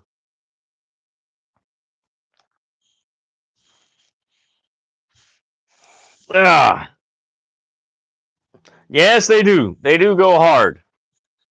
Again, thank you guys for taking time out of your evening to watch this live reaction of AEW Dynamite. Give this video a thumbs up and subscribe to the City of Rasslin. Yeah, man, like the match I mentioned, Ishii versus Suzuki. I think I recorded some clips from um that match. I gotta go through my videos. I might post it. You know what? One of these days, I gotta go through it when I got time, and I'll post it on the short section of City of Wrestling, the YouTube section, and I'll post it because man, that was a beautiful. Or maybe did I post it? I gotta look it up. I think I did post it, but um, yeah, you know what? To each its own. Like for me, like the whole Jericho stuff, it's not so much that it's bad. It should be on Ring of Honor. Like all this stuff should have been on Ring of Honor TV to sell Ring of Honor. Like I get why they put them on um AEW because of course there has been reports that AEW or not AEW Ring of Honor is possibly getting a TV deal. So I get that.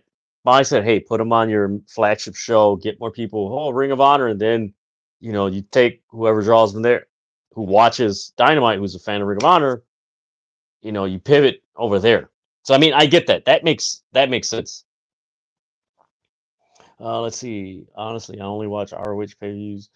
You know what? That's a lot of people, and that's the reason why most people don't watch the regular shows as opposed to the pay-per-views because there's really not much to watch on the regular shows outside of Athena and Billy Starks. Like you'll have a few matches here or there, but there's not a solid concrete like, oh man, this is a solid show. It's like one or two things like I know a few people have referred to Ring of Honor, the current iteration right now, as like AEW dark version of Ring of Honor, and that is kind of true.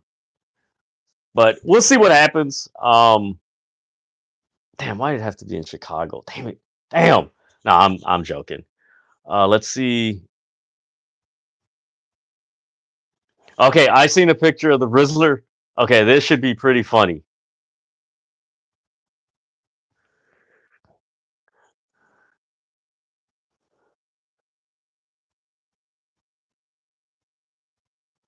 Okay, a lot of people like Daniel Garcia's.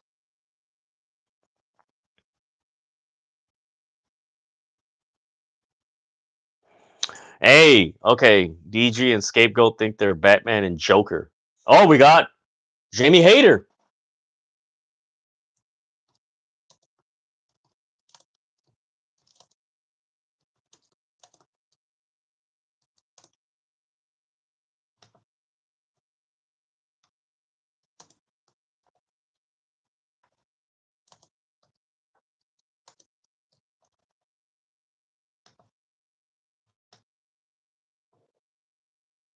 Yeah, last week that was pretty weird.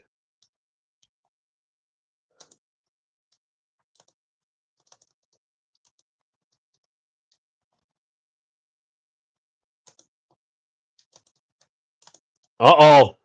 It cut off again.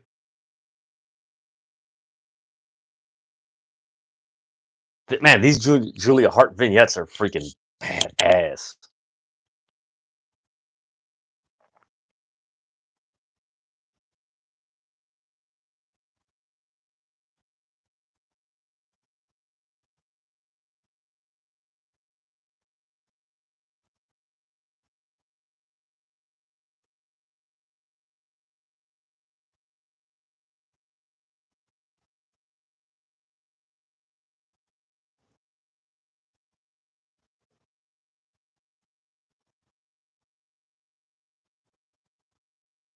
Man, this vignette is badass.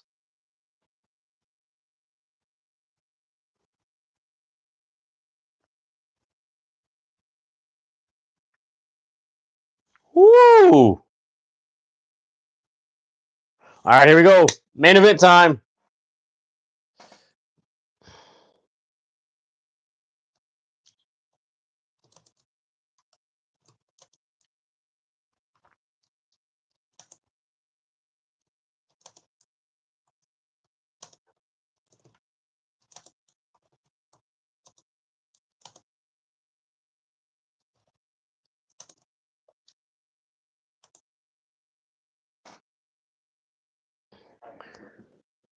Man, you know what?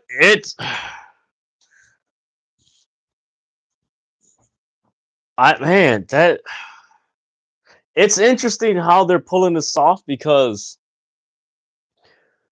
like you could see like the House of Black, they're they presented them in the last few weeks as faces, but yet what Julia Hart's doing is more heelish so far. So it's I don't know, it's interesting. Is it leading to like a double turn?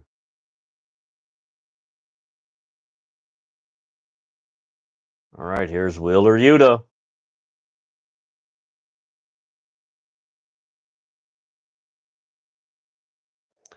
Wherever one of the Death Riders are, the rest are not too far behind.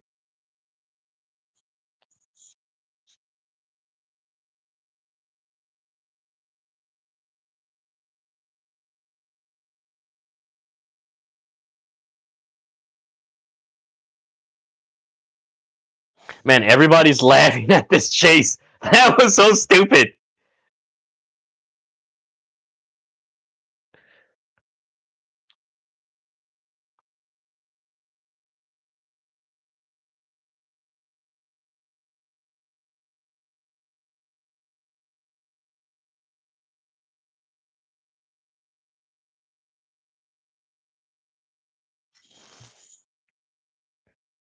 Ooh, nasty dropkick by Yuta.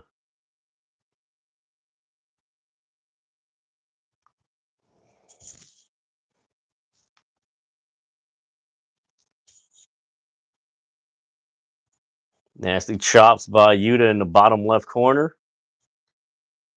Oh, so it looks like we got the first four from the Wrestle Dynasty International Women's Tournament.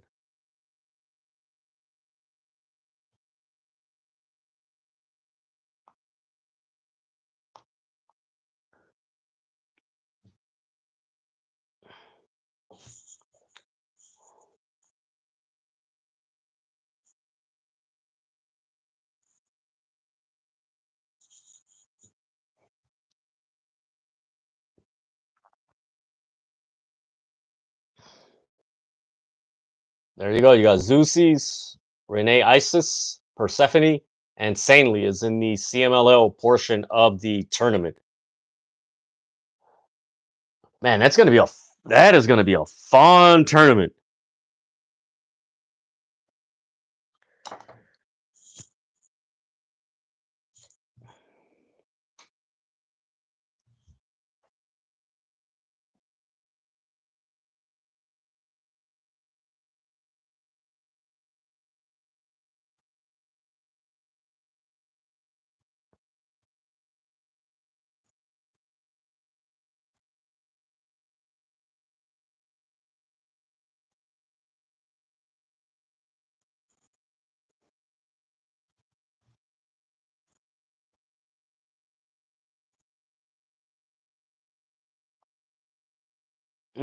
Nice move by Orange Cassidy.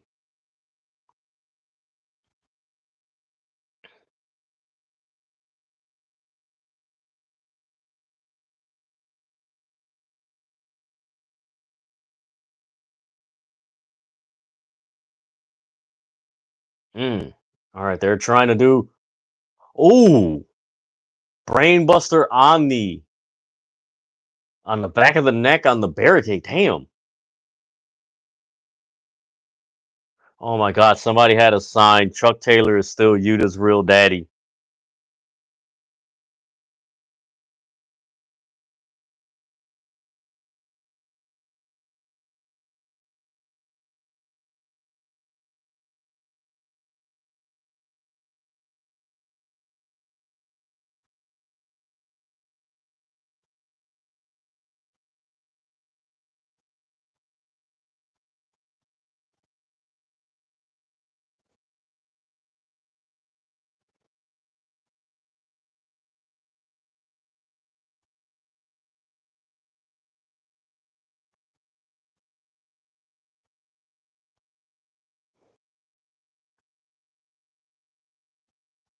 Mmm.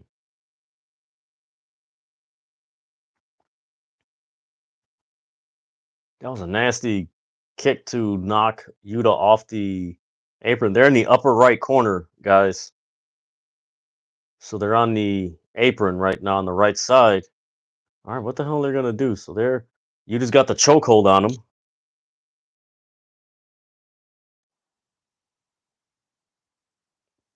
He just hit a nasty DDT on the right apron. Damn.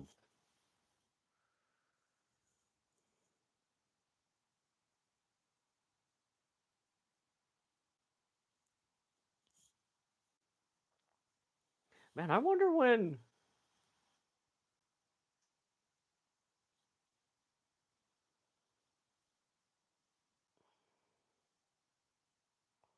man, I wonder when Eddie Kingston is returning.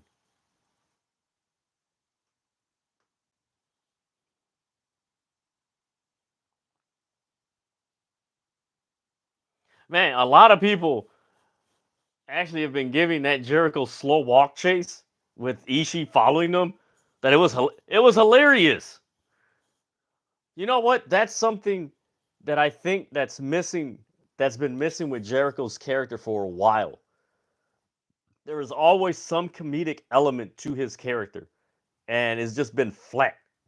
Like he's trying to be a heel but like it's not like entertaining to some extent, but that was really it's the comedic element.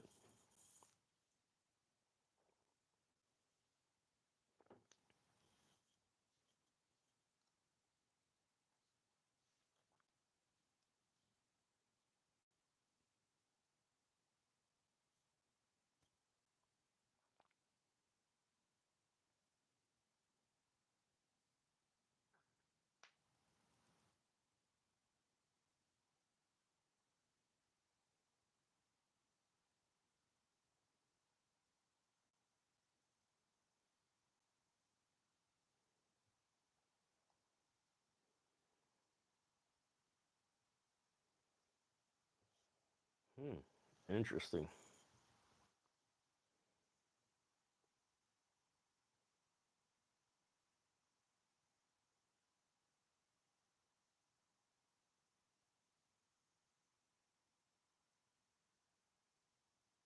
Hmm.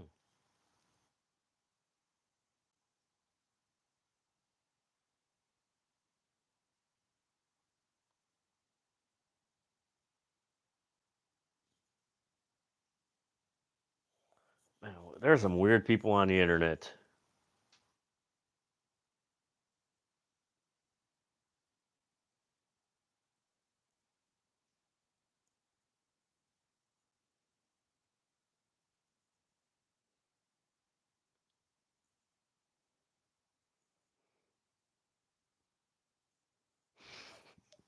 Man, I gotta admit, man, that Jericho, God, this was hilarious.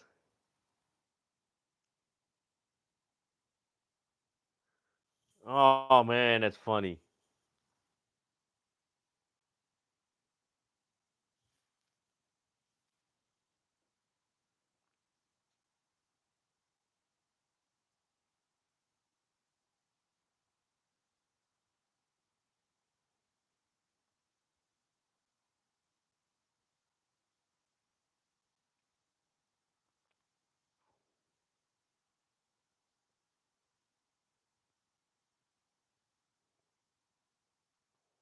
All right, we're back.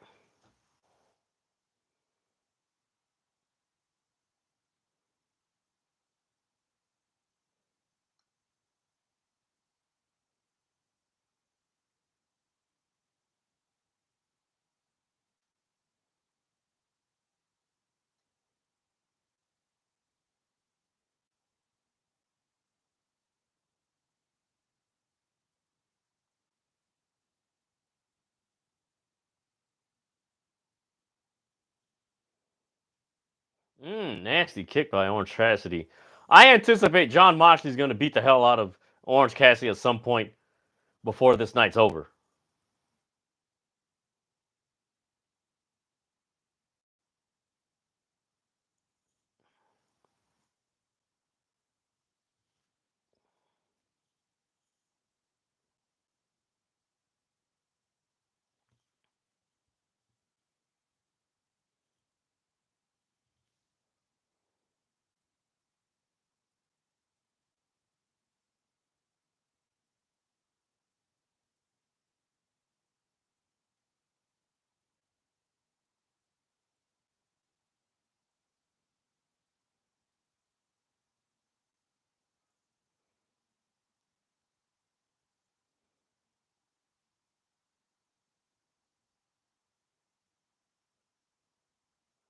Ooh, nice suplex by Yuta. Nice.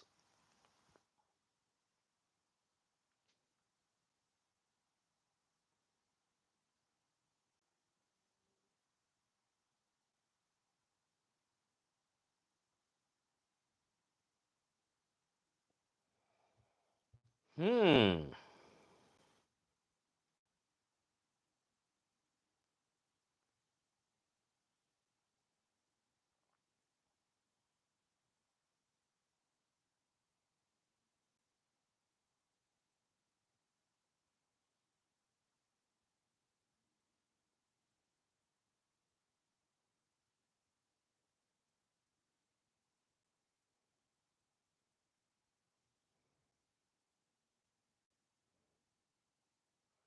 He's working on his fingers.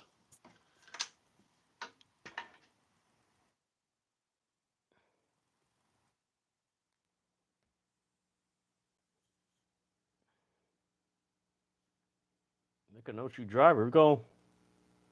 Kick out. You know what? I anticipate Full Gear. That Moxley Orange Cassidy match. Something's gonna go down.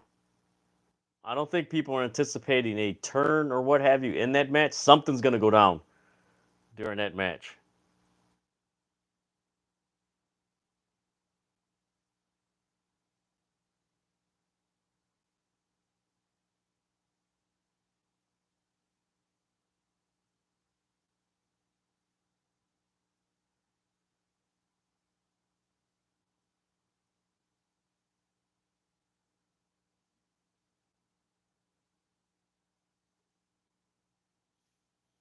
Damn.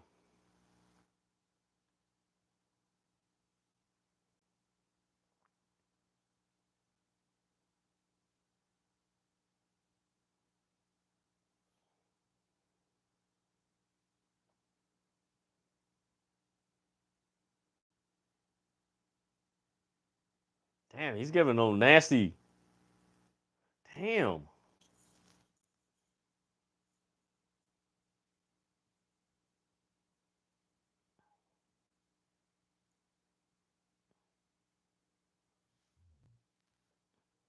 Here we go.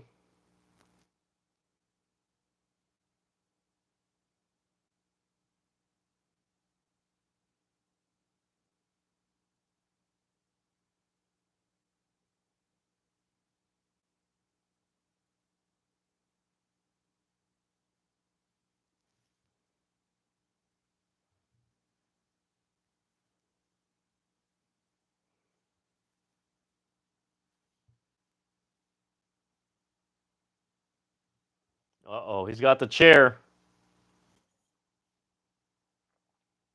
Damn, he missed. Here's the cover. Orange Cassidy got the win. Man, they were intense.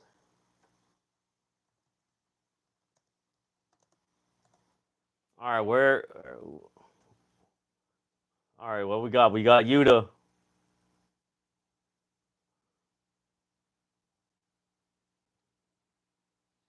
All right, where's?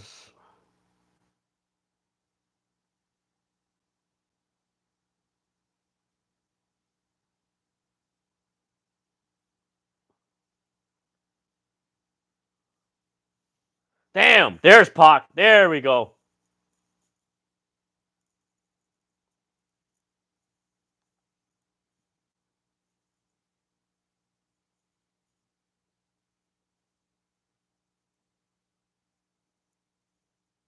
There's Moxley. There we go. And Marina Shafir. They got duct tape.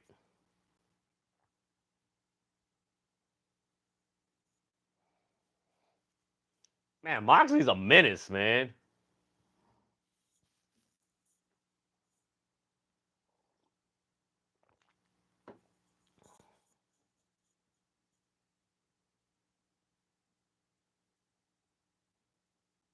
Wait a minute, they're putting Orange Cassidy's hands in his pockets?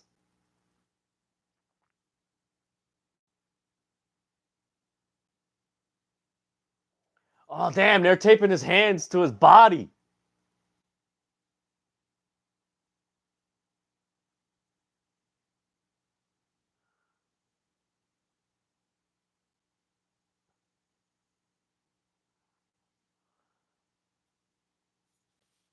Man, Moxley's a menace, man. So Claudio has him. He was holding Orange Cassidy. Orange Cassidy has his hands in his pockets, and he's duct taped. He can't do anything. They're just kicking him.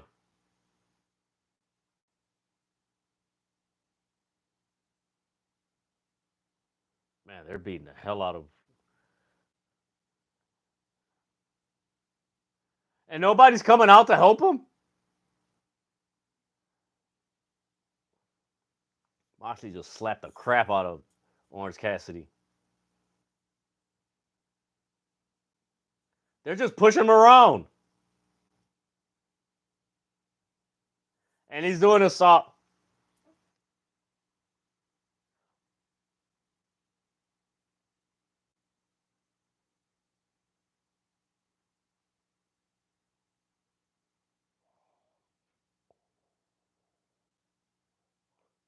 Moxley just. Damn, that was a nasty elbow.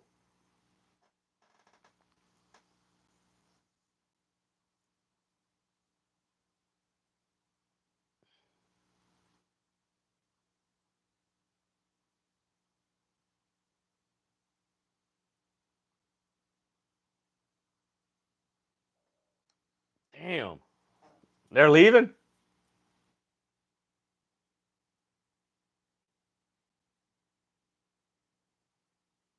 Nobody's doing anything to Moxley.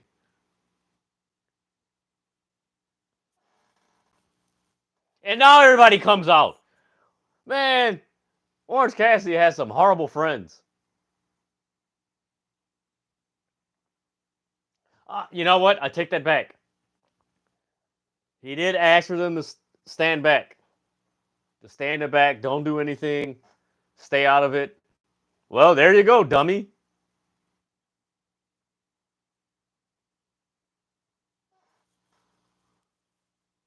That's why they wanted to help you, dummy.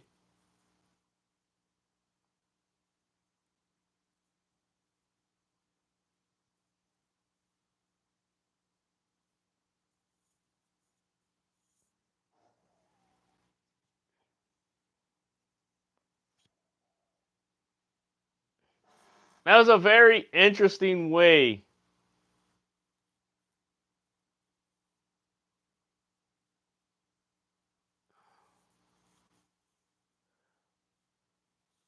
Hey, that's a nice shot. Moxley looking in the ring, and you got um, Orange Cassidy on the Titantron. That was a really cool shot.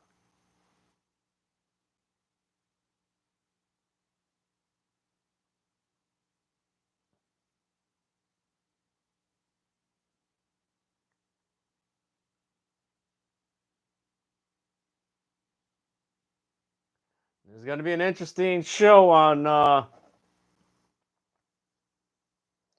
That's what I just mentioned, Darcy. I totally forgot about it.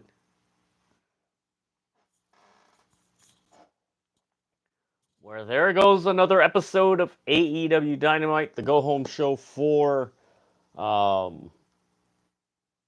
we go. For AEW Full Gear this Saturday. Keep in mind, folks, I will have a live reaction to that. Man, let me get. I don't know why I didn't set this up properly.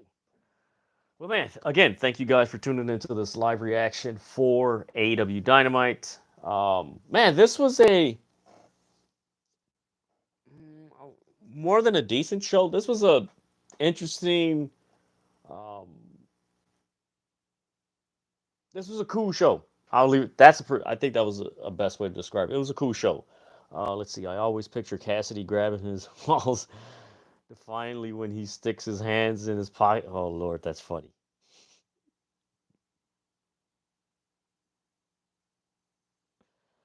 Yeah, you envision. There you go. You envision like that comes to your mind. Yeah, that's pretty funny. Man, yeah, this was. I mean, there's a lot of. I mean, it's safe to say with AEW Dynamite, um, man, ever since AEW All In, there has been a lot of stories on every show. I think that narrative that they don't tell stories. There's stories that are being told, and it's incorporating a lot of people. And mind you, there's still a lot of people that um, aren't on TV that are going to be returning.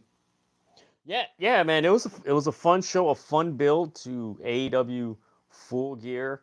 Um, I think you know what? I'll say something on this review for AEW Dynamite. I think a lot of people probably will go into Full Gear with the mentality like, oh man, they're expecting something big and such and such.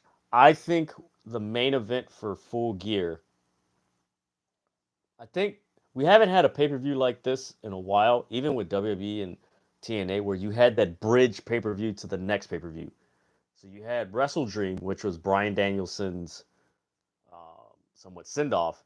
I think Full Gear is in terms of pay per view, is building towards World's End. Um, because of course you're going to have the Continental Classic and everything. That's going to be really good, and that will start um, in Chicago for Thanksgiving Eve Dynamite.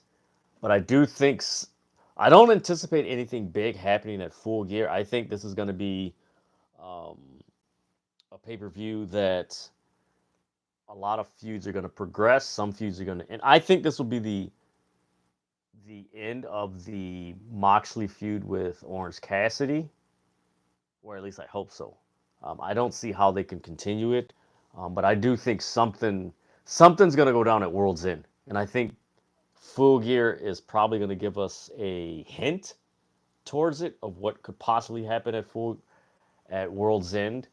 Um, because also keep in mind they've been pumping up um, Wrestle Dynasty, Wrestle Kingdom, so it's everything is like it's you know what I envision it. If you guys remember, if you guys remember the old school game Legends of Wrestling, the first one, and if you ever played the story mode, you had to go to each territory, and it was like silhouettes. Like, okay, these are all the territories that you got to fight through to win the world title, and this, but you got to get go through this path, and I think that's how they're going about it, like that. So it's gonna be interesting. But man, tonight, the 8-man tag match, I love that match with Takeshita, Fletcher, Lance Archer, Brian Cage versus Will Ospreay, Powerhouse Hobbs, Ricochet, and Mark Davis. That was a really cool match. It was a fun match. Go whenever you guys got a chance, check it out. It was I like that's something I think this year they've had stellar 8-man tag matches. The one that comes to mind was with the conglomeration versus, ironically, um, the Don Callis family, and I think it was in the summer. I think it was right before All In. Yeah, I think it was All In. And also, correction, I mentioned All In was the farewell of Brian Anderson. It was actually All Out in Chicago. So correction, sorry about that, guys. Um, so yeah, I mean that was a fun match. The Moxley promo and then Darby Allin loved it. I said it earlier during the live reaction. I'll say it again for during the review. AEW is producing some of the best vignettes in pro wrestling. These vignettes are really good, and I would actually say the vignettes are better than the actual wrestling, which is really hard to say about AEW. But and in some cases, sometimes the vignette is actually better than the match and the actual thing. But uh, yeah, another stellar vignette between Moxley and Darby Allin. Renee Paquette, when she interviewed the Hurt Syndicate outside their vehicle, freaking Swerve Strickland just ran up and hit Bobby Lashley and ran off. So I thought that was really cool. It just added to the feud between the Hurt Syndicate and Bobby Swerve Strickland, which is so cool. I like it. It's a cool thing to add on to their story. I'm interested to see. That's a feud I'm interested to see where it goes after Full Gear. That's one feud I can say that's going to continue for a while. It's not going to be okay. That's it. Um, I do anticipate from Full Gear to World's End, there could be some additions to the Hurt Syndicate, and then there could be some additions with Swerve Strickland in on his side. So I do anticipate that between Full Gear and World's End. We got an Adam Cole promo. Kyle O'Reilly interrupted and basically told him like, "Hey, we follow you because you're a good leader and everything, but man, you need to drop this whole MJF thing. Like he's 3 steps ahead of you." I don't know if that's Kyle O'Reilly gonna join MJF, and like that's one that's like a very vague feud. Like we know it's on its last legs as far as okay, it's ending. So I really want to know. Man, what was that? So I really want to know.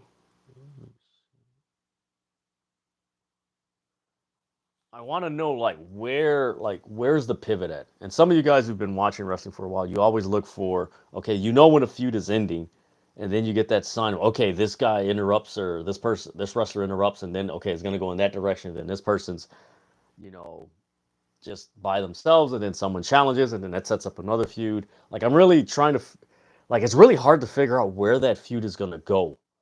Um, so I'm interested to see that, and interested to see what Adam Cole is gonna do because later on MJF cut a promo on Roderick Strong, but then we got Orange Cassidy, his promo in the back, and he told everybody from the conglomeration, "Stay back, don't get involved in this main event. I got to do this on my own." All right, he paid for it in the end. Then we had Kris Statlander and Shida. That was a good match. That was a fun match. I got to say that was probably um, a strong contender for match of the night. I really liked it. Statlander won.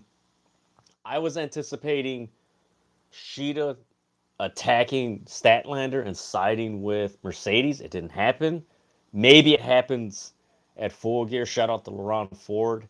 You mentioned that Mercedes alluded to a surprise Saturday, so I don't know if that's someone else joining her group.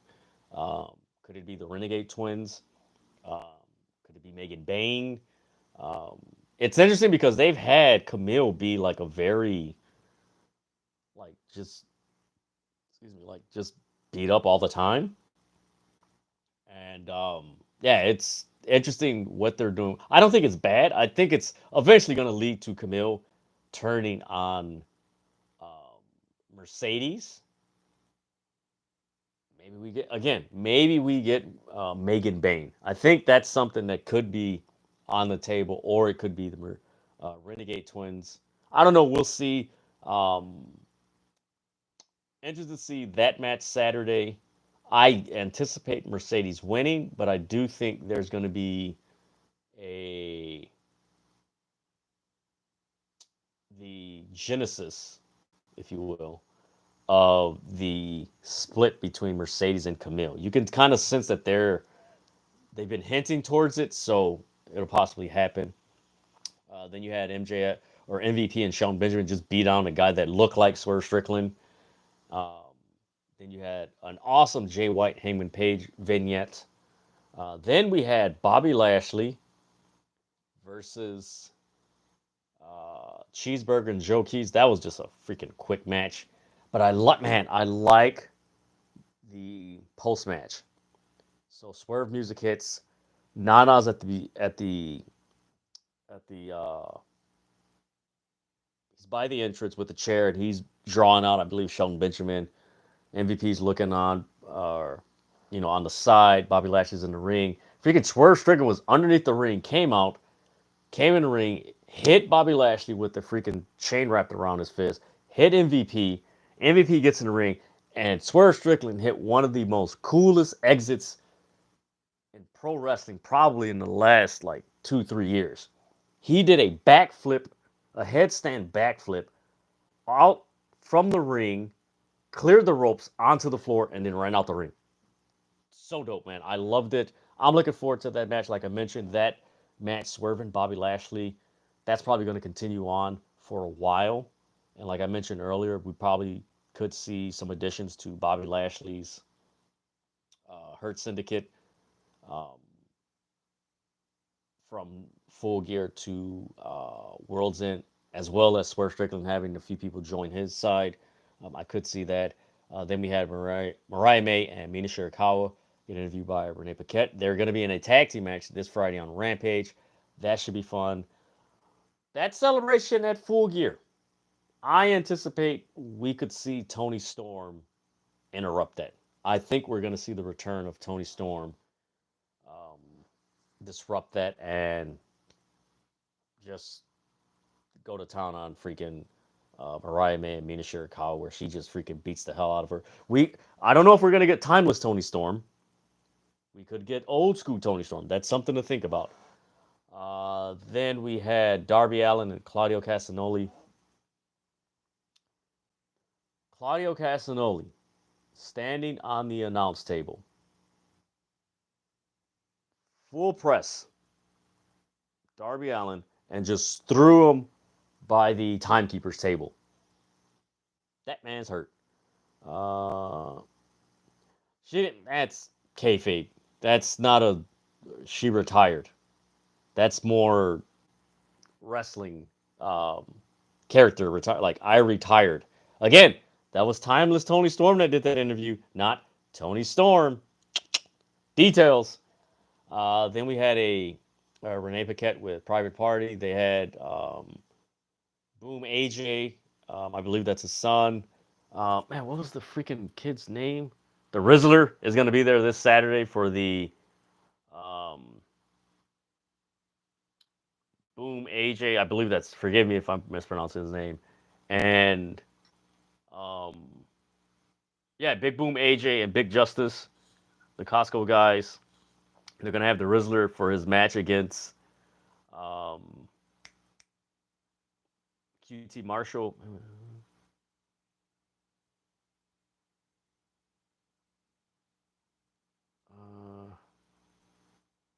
Okay, everybody's saying this was the worst go home show in 5 years for this company's been doing. See, that's the thing. A lot of people are looking for this euphoria with it's got to have this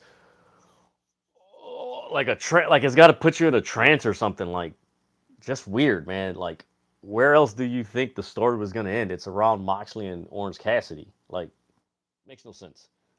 Then you had a very very dark vignette from MJF, bringing up Roderick Strong's family, his mother, his father. Um, just very like, whoa. And I'm looking forward to that match. I'm interested to see what the hell's next for MJF.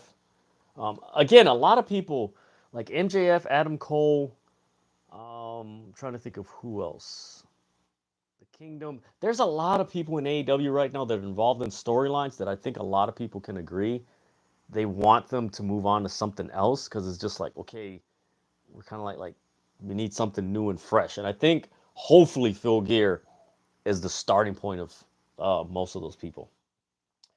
Uh, then we had Roderick Strong promo. He pretty much answered back to MJF, and he's like, I'm gonna beat you at Full Gear." Then we had a freaking crazy vignette from Jack Perry and Daniel Garcia. They had Jack Perry tied up on a steel chair and I believe a factory or something like that. And they had the scapegoat car, and um, Daniel Garcia took out a crowbar and he busted out the lights. And then he's like, "Come on, Matt Menard, let's go." And they leave, and that was it. That was real interesting. That's a match I'm looking forward to because that's a feud that's hot, along with Swerve Strickland and Bobby Lashley, where it's like, okay, this is going to continue for a while. Uh, the contract signing between Jericho and Ishii, that was funny. It was funny watching Ishii follow Jericho back into the arena. That was funny. Once they got like it was weird because Jericho was walking away from him. He walks through the crowd. He walks down the stairs, and then he goes in the ring, and then of course you get the typical beat down, and then the conglomeration come out, and that's it. That's when it kind of like, but it was hilarious with watching Ishii follow Jericho. That was entertaining. But once you got to the Jericho going through the crowd, it was just like, Um, so, I mean, that happened. Then you had Jamie Hayter with Renee Paquette. They mentioned what happened last week during her interview, where as she was speaking and addressing the AEW fans, vignette aired of Julia Hart, and she's like, "Hey, if Julia Hart has something against me or wants to, this," screen goes black, and another Julia Hart vignette airs. So it's clear we're getting Julia Hart and Jamie Hayter. Um, this is going to be fun. I didn't think about this till now. I don't think fans are catching on, but AEW is actually building towards that first AEW Dynamite show of 2025, and they're setting up quite a few feuds for something fresh. So um, I know a lot of things right now look murky and just like but trust me, they're setting up something for 2025, and that Russell Dynasty with Kenny Omega and Gabe Kidd. I know the Young Bucks are supposed to be there. There's something's big's gonna happen on that Russell Dynasty. Um, I anticipate something big happening on World's End, but I anticipate something really big is gonna happen at Russell Dynasty that translates into AEW and everything like that. Because keep in mind, you got Ring of Honor, you got CMLO, you got AEW, you got Stardom, and you got New Japan. So they're involved. So something's definitely going to go down. Then in the main event, you had Orange Cassidy defeat Wheeler Yuta. After the match, they tied up Orange Cassidy with duct tape. They beat him down. And then, of course, his conglomerate friends came down because he told them, stand back, which, dummy, you should have not told him that because you know Moxley and his group always travel in the pack. But no, he's. Um, and that was the end of the show. So I'm really interested to see what Full Gear is, how it's going to shape out, and just where the story's going to go. Um, my interest with AEW is where are these stories going, and I think that's something commendable for AEW because before a lot of storylines, oh okay, it's cool, but a lot of cool matches, but not a lot of stories to sink your teeth into. They had a lot of stories before, but there weren't a lot of stories that you sunk your teeth into and just like, ooh, okay, I want to see where this goes. I want to see where this goes. I want to see this goes. Previous storylines they had, it was just like, man, I would like to see where it goes, but man, it hasn't. I haven't seen him in a while. I haven't, that whole thing. So it's interesting to see what will happen this Saturday. But man, thank you guys for tuning in to this live reaction of AEW Dynamite. Give this video a thumbs up. Subscribe to the City of Wrestling. That way you're notified when the City of Wrestling drops its latest content and goes live, as well as drops the latest news in professional wrestling. Thank you guys for joining me. Um, yes, this Saturday I will be having, um, unless anything changes, I will be having a live reaction to AEW Full Gear. I will be joined by my good buddy from TikTok, Lightskin Gaijin, as we react to what should be a very entertaining AW Full Gear pay per view. I hope you guys are doing well and healthy. Do good to each other. There's a lot of crazy stuff going on, and we need more good and just treat each other well. And like I always say, there's never a dull moment in the world of professional wrestling. Never say never. And with that, folks, I'll see you next time.